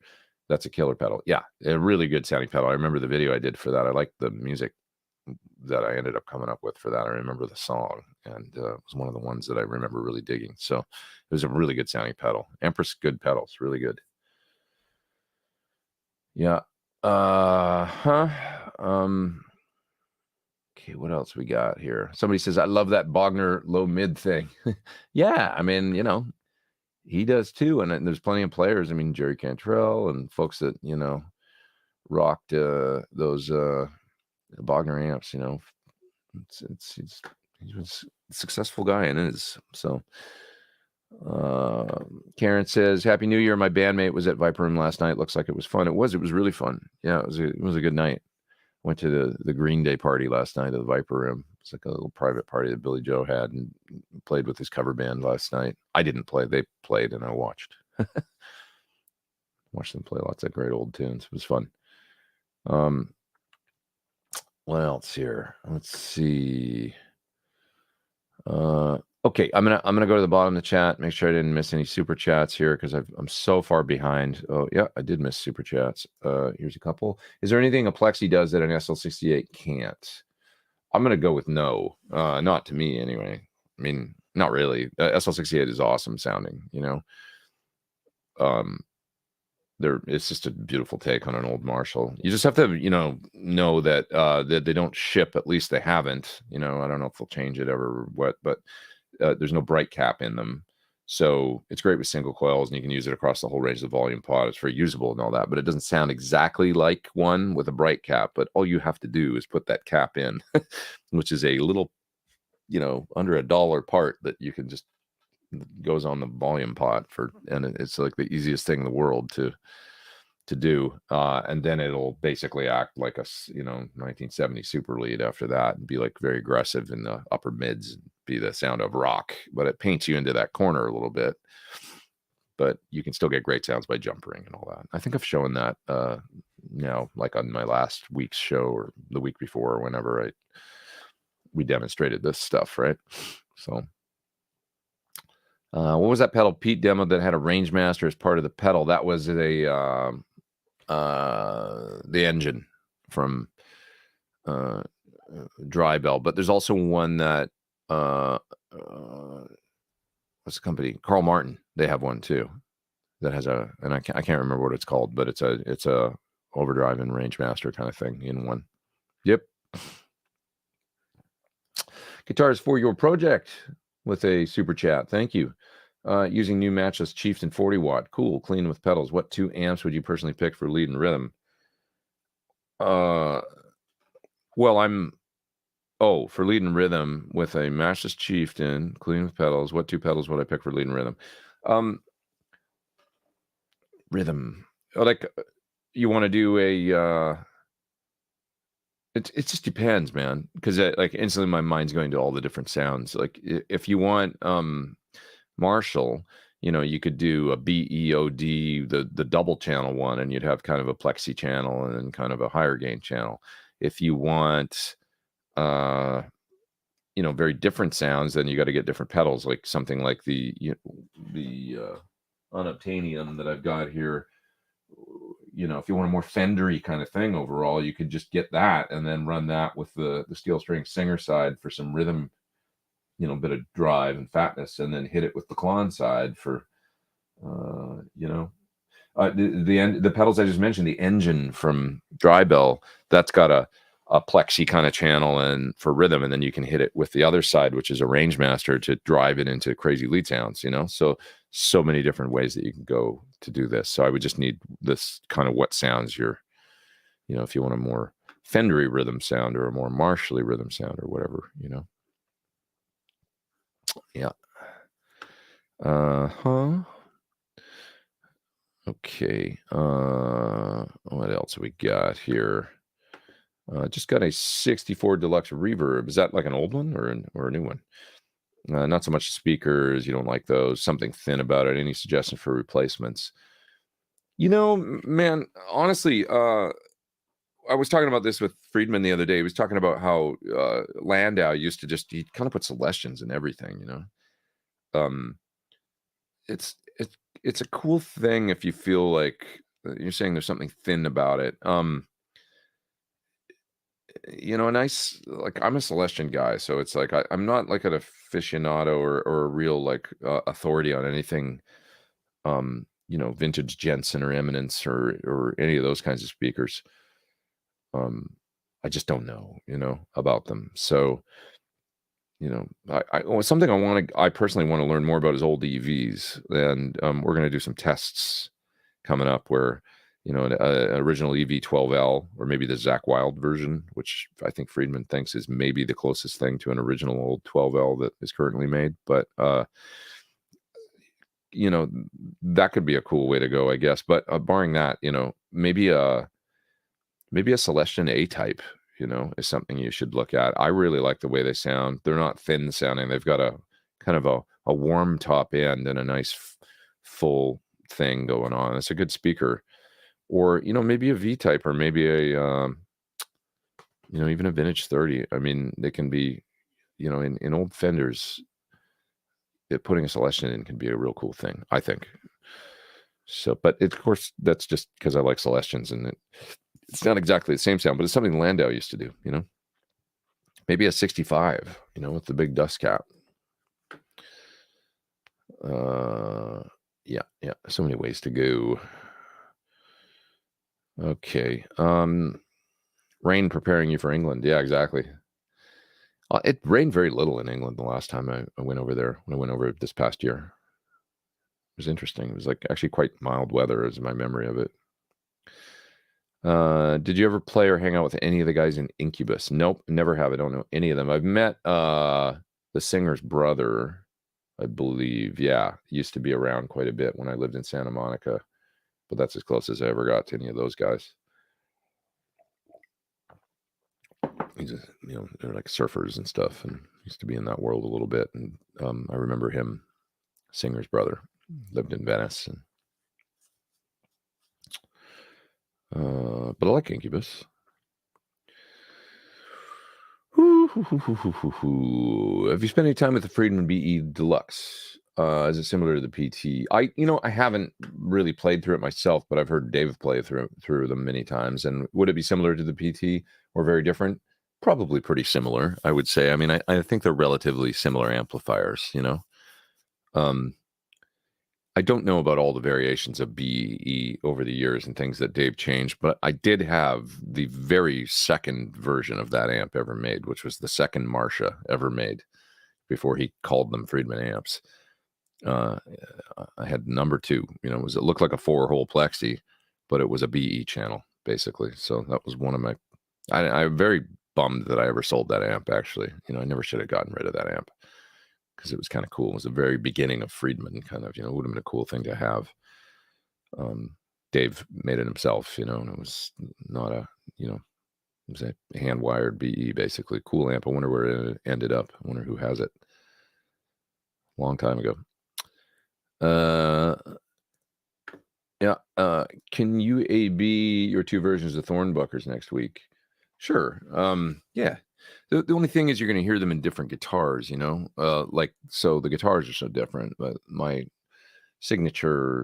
original signature model is mahogany with a maple top and all that. And then the version of the guitars that the 2 is in are an alder body with a maple neck. So it's so different, so I don't know. But yeah, I could do that.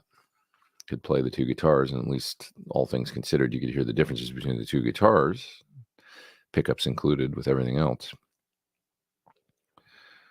Are you going to be playing any acoustic on the upcoming tour? Taylor, looks like Gibson acoustic back in the corner behind you. Yeah, I do have my old Sheryl Crow back there in the corner that I've had for maybe 20 years. It's like an old country western, which I loved. I love those 60s country westerns, and that's what her model was based on. I don't think I am actually playing acoustic, just the way the set worked out, which is fine by me because it's just a little bit less for me to bring. But yeah, I am playing Taylor acoustics these days, and I love them. I love the Taylor company and the guitars they make. They're kind of like a very similar company to Sir to me, a bigger company, but they're similar in they've taken a traditional thing and then fixed all the traditional problems. That's kind of Taylor, and that's Sir as well, I think. And both excellent companies and make great stuff. And I really like the people at both companies as well. I just saw a rig rundown for Joe Perry, and he has 2 Klons. One is pretty much always on. Interesting. You can stack them. I remember Pedal a number of years ago where you could call the Creamy Dreamer or something. And I have it in the other room, I think, but it's like 2 Klons and you can stack them. Yeah. Klons are a good thing, man. Just like a fat thing that they do. It's Rhett. What's up, dude? How are you? What's going on? We got to catch up one of these days. It's been a minute, so good to see you here. And what's up? What are you doing? What's new? The Landau Fender amp with the V selections are awesome with pedals. Yeah, that's why I was kind of saying like that V type. I mean, the V type is what Sir puts in a Bella, and the Bella is kind of hot rod Fendery, So a V type is a nice speaker, I think, actually. Yeah, and so the V type I quite like the A type too. I don't think John bonded with the A type as much, but I did a demo for it. You can watch. I did videos for both the V type and the A type if you want to go back and watch them. And I remember quite liking the A type, and I actually have one in a cabinet. It's just a nice sounding speaker to me. It sounded like kind of worn in greenbacky to me. I don't know if that's even accurate anymore, but that's my memory of it. And the V-type just sounds like a broadly Celestian speaker, cross between maybe a V30 and a greenback or something. And I thought it was good, so I'll be using one this coming month with in the Bella, I guess. So, yeah. Yeah. Speakers to me are interesting because, like, especially in a clean amp, I don't find they're as like, it's when you apply distortion to a sound that you start to hear the difference in the top end, the rasp and the frequencies and stuff. A lot of speakers can sound pretty cool, clean, right? It's like DI guitar can sound good. It's not even a speaker involved in the sound, DI electric with the compression and like a la Gilmore or something used to do, right? But when you apply distortion, that's when the speaker character really, because the frequency response of a guitar speaker is insane looking. If you look at it's the furthest thing from flat. So all those peaks and valleys, and if there's any emphasis in upper mids or anything in a certain frequency, that's where that's what really separates the, I guess, good from the bad, or what you like and what you don't, is when you put some fuzz or overdrive or distortion into the equation. Todd says, what's wrong with Jensen's? Nothing's wrong with Jensen's. I just don't know that much about them. The modern Jensen speakers, those folks are very nice. They've actually approached me a number of times to check out their speakers and stuff. I just don't know anything about them. And I don't have a lot of experience with vintage Fenders. So, or anything that kind of used those, most of my I'm just been in the Marshall Celestion camp for so long, like a lot of players. I remember seeing an ad with Steve Stevens for Celestion that said every song, every album, every concert, Celestion speakers for my whole career. I thought, wow, I guess that's true. And I thought, I guess I've never used anything else other than like cabinets that that had PV speakers. Like I had a Sheffield loaded cabinet when I had my 5150, or different things like that. Or I guess when I had Boogies, but those were made by Celestions too. Those Black Shadows that they had there. So when I look back on all the amps I've ever owned, it's like, did I ever own anything with? I don't have any old Fender combos. Yeah, just don't have anything with any of those speakers. So it's like I always drifted towards the Celestion sound, so that I know way more about those speakers than anything. Some people are Fender nuts and they've got old super reverbs and deluxe reverbs, and my vintage Fender amp is a Bassman head. It's the only one that I've had. I've got a little Princeton sitting back there. The little silver-faced Princeton in the corner, right? You can see it right there. But that's a new one, and it's got a Celestion in it.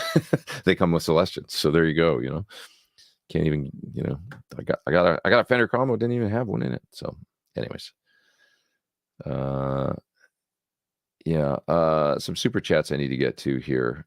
Peter Evans, thank you, man. Appreciate the a big old super chat. It's very nice of you. Thank you for the New Year's Day show. When do you leave for the UK? In a little over a week. Videos this week. I have a video coming for the Revolt from 2 Notes. So I've been working up that. I've got to get one done here for this Module 4 from Drybell. So I'm going to attempt to get that out right away. Valbrook Barbecue Mid Boost. I want to get that done too before I go. I'm going to end up disappointing somebody because I just don't have enough time to get everything done before I go on tour. But there's 3 that I at least have to get done over the next, week and a half, I think. There's a modeler that I'm supposed to write some presets for and maybe try and do a video for it. All this it seems like a lot to get done in 10 days or so. But so if I can get those 3 done in the next 10 days, that would be amazing. Plus this one. That's 4 total. So, and then some things are just going to have to wait. There's just only so much time. I feel a lot of guilt about this because people send me things, but I just don't have time to, a lot of projects have been coming along and stuff. And it's like, it's quality problems, but I also want to make everybody happy and get everything done. So we'll see. Oh, cool. Fender 1960 here got a thank you, Peter, again for the super chat. I really appreciate it, and happy New Year to you. Fender 1960 got a New Year's present, new EVH Frankie. That's always fun. Just hang it up on the wall and look at it, makes you happy. That's what I always say. They're just fun. Yeah. It's 1:47. I'm gonna hang about another 10 minutes, then I'm gonna split. It's great to see y'all. Great to see y'all. Let's see here. John, thank you for the super chat, my friend. Which Thornbucker for the neck to match the Thornbucker 2? Just a regular one. Regular Thornbucker neck should sound great. It's for a mahogany-bodied maple neck and ebony board. Yeah. We only make the one, It might be really interesting to try a different magnet in the original Thornbucker neck pickup, actually.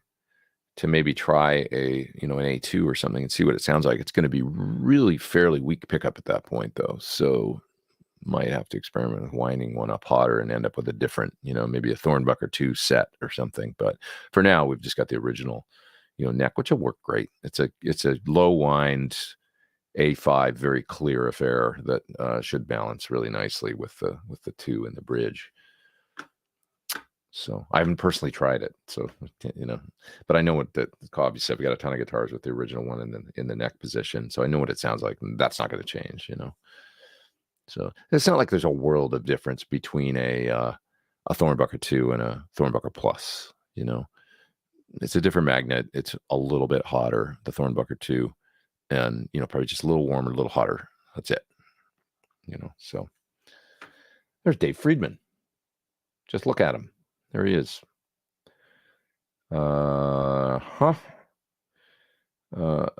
let's see. Vito, here's a bunch of guys putting Celestians in their Fenders.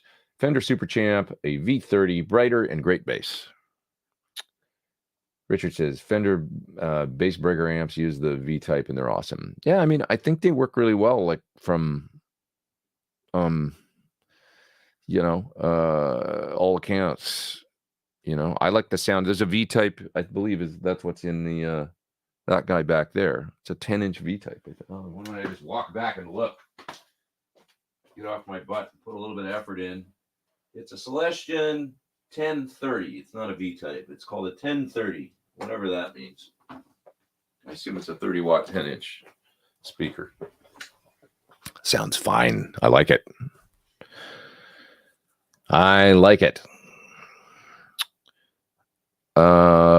Researching the A and V type now, says Renan. Might be a good call. Yeah, I think a good call. Like either an A or a V type. I think you'd be hard pressed to go wrong with either one of those. If you want a bit more greenbacky G12H30, you know, V30, a cross section of all those, go with the V type. If you want a bit more of a supposedly an American style speaker, even though it still sounds like a Celestion to me, the A type. And A is a great speaker if you don't like any kind of fuzzy stuff on the top end. The A, as I remember, just had a really beautiful rounded out top end sound that was very nice. So yeah. Have I seen Chris Shiflett's rig rundown video? You know, I haven't yet, but I want to watch that. I'm in touch with Chris these days. We talk a little bit actually, and I want to go watch that. We want to get together and do some guitar stuff. You know, geek out on some stuff. So I hope that happens sometime soon, maybe in the spring or something. He seems like a great cat.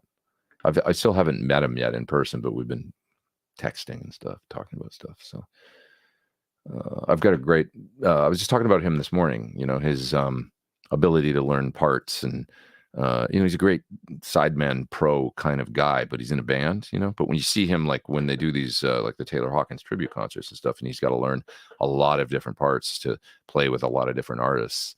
He's like the MVP, you know, I mean, Dave's amazing because Dave's there playing drums, bass, guitar, singing, like he's up there the whole time, but Chris is up there a lot too. And, you know, learn a lot of different parts for those concerts. And I was very like, wow, he's really, you know, this concert's going on for like 5-6 hours and he's like up there, you know, constantly playing, not the whole time, but almost, you know, so it's really impressive.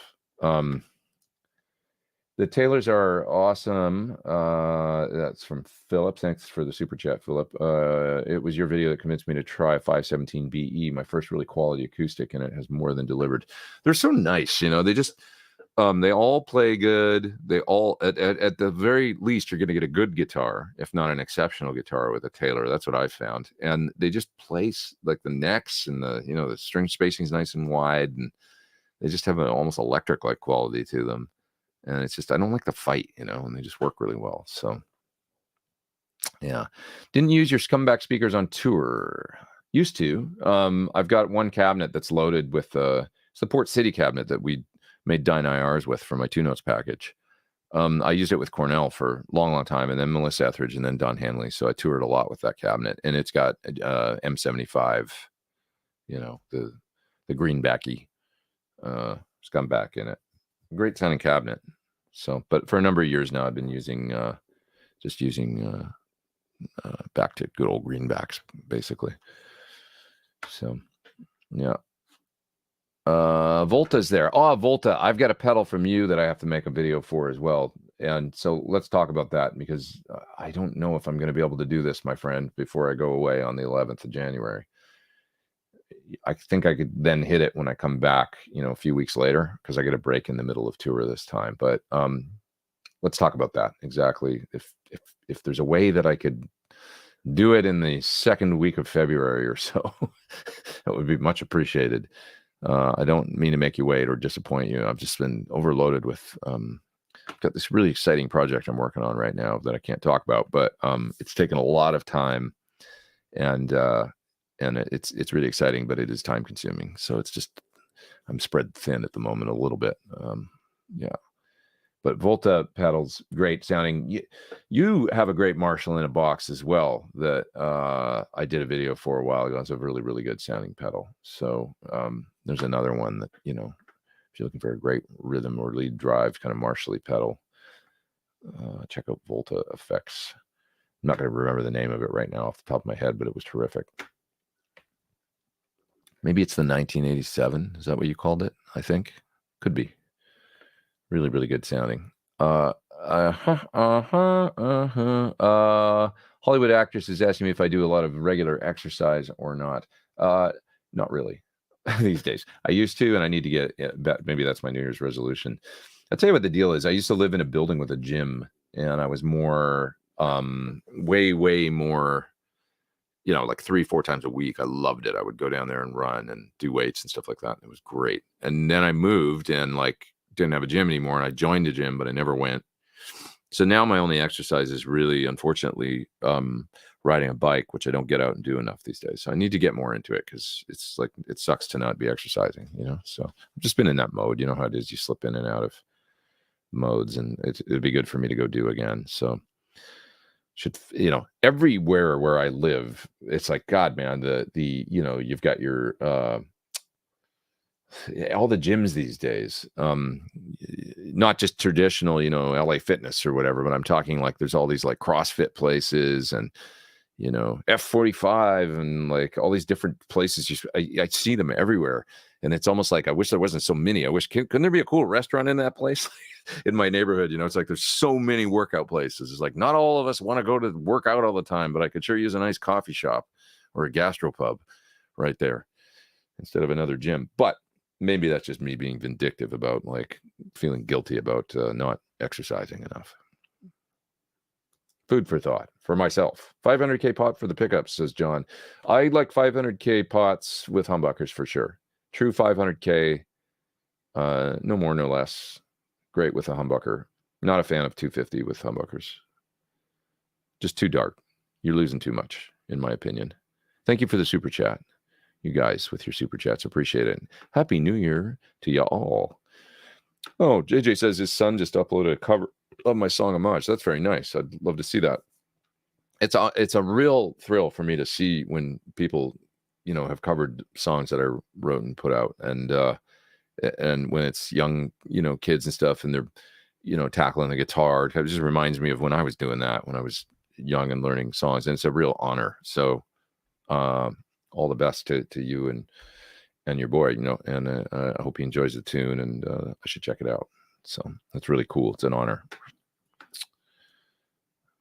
That's funny. Scott says I'd use 2 meg if I can get them. So you like 1 meg pots for, I know some people like 1 meg in tellies, but it's pretty stingy. But yeah, I mean, there's, whatever works. And then you can roll the tone control back, I guess, if you need to darken it up, right? Yeah.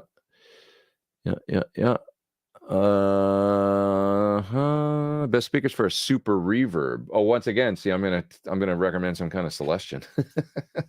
But no, I love, to be honest, I mean, the Celestion Gold is an amazing sounding 10-inch speaker.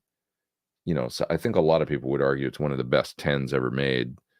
And the greenback is an amazing sounding. The G10 greenback is a really good sounding speaker too. Not exactly traditionally whatever, or a V-type 10, so all those will work good. But the gold and a super reverb, I bet, would just be, it's a really, really nice, rich sounding Alnico 10. Look at those. Probably a little more money, but pretty cool. You should have Chris on the show. He's awesome. I would love to do that one of these days.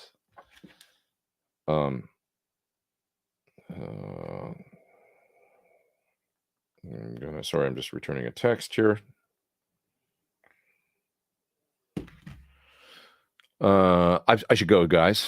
I should split. Let me grab this last super chat here, and then it's Rob. He says, thanks for all you do in the guitar community. What would I recommend as a compressor for a rock guitar rig? There's many great ones out there. I like a lot. It just depends what you want. Some of my favorites over the years have been, the Sir Koji, or right now I'm using a Woodshed from Sir. Really, really nice sounding. I like the Ego Comp from Wampler, both the little one and the big one. Those are both excellent. This dry bell one sounds really good and does the old orange squeezer thing. which is a unique kind of thing where it's quite interactive with the guitar volume control. So I'm going to make a video for this ASAP. And it's a really good sounding. That's from Drybell, the Module 4. So that's meant to capture Mark Knopfler, famous user of compressors and stuff. Evidently, Orange Squeezer, part of his sound. I hope I'm getting this right. That's my memory of it, of when I read about this pedal and Mark in particular. But anyway, good sounding pedal. This has a blend control on it. So the neat thing with compressors for rock, you're saying for a rock rig, with a blend control, you can keep some of the punch in the sound. You can, blend in uncompressed signal, and that's where that comes in handy. There's also a mix control on the Sir Koji. So you can, have some control over the amount of, you can keep some punch dynamic in your signal. It's also got an attack release on it. So that's nice for that too, because you can keep the attack slow and still keep the punch. So you might want something with an attack or release and a mix on it for a rock rig. So there's a few suggestions. Guys,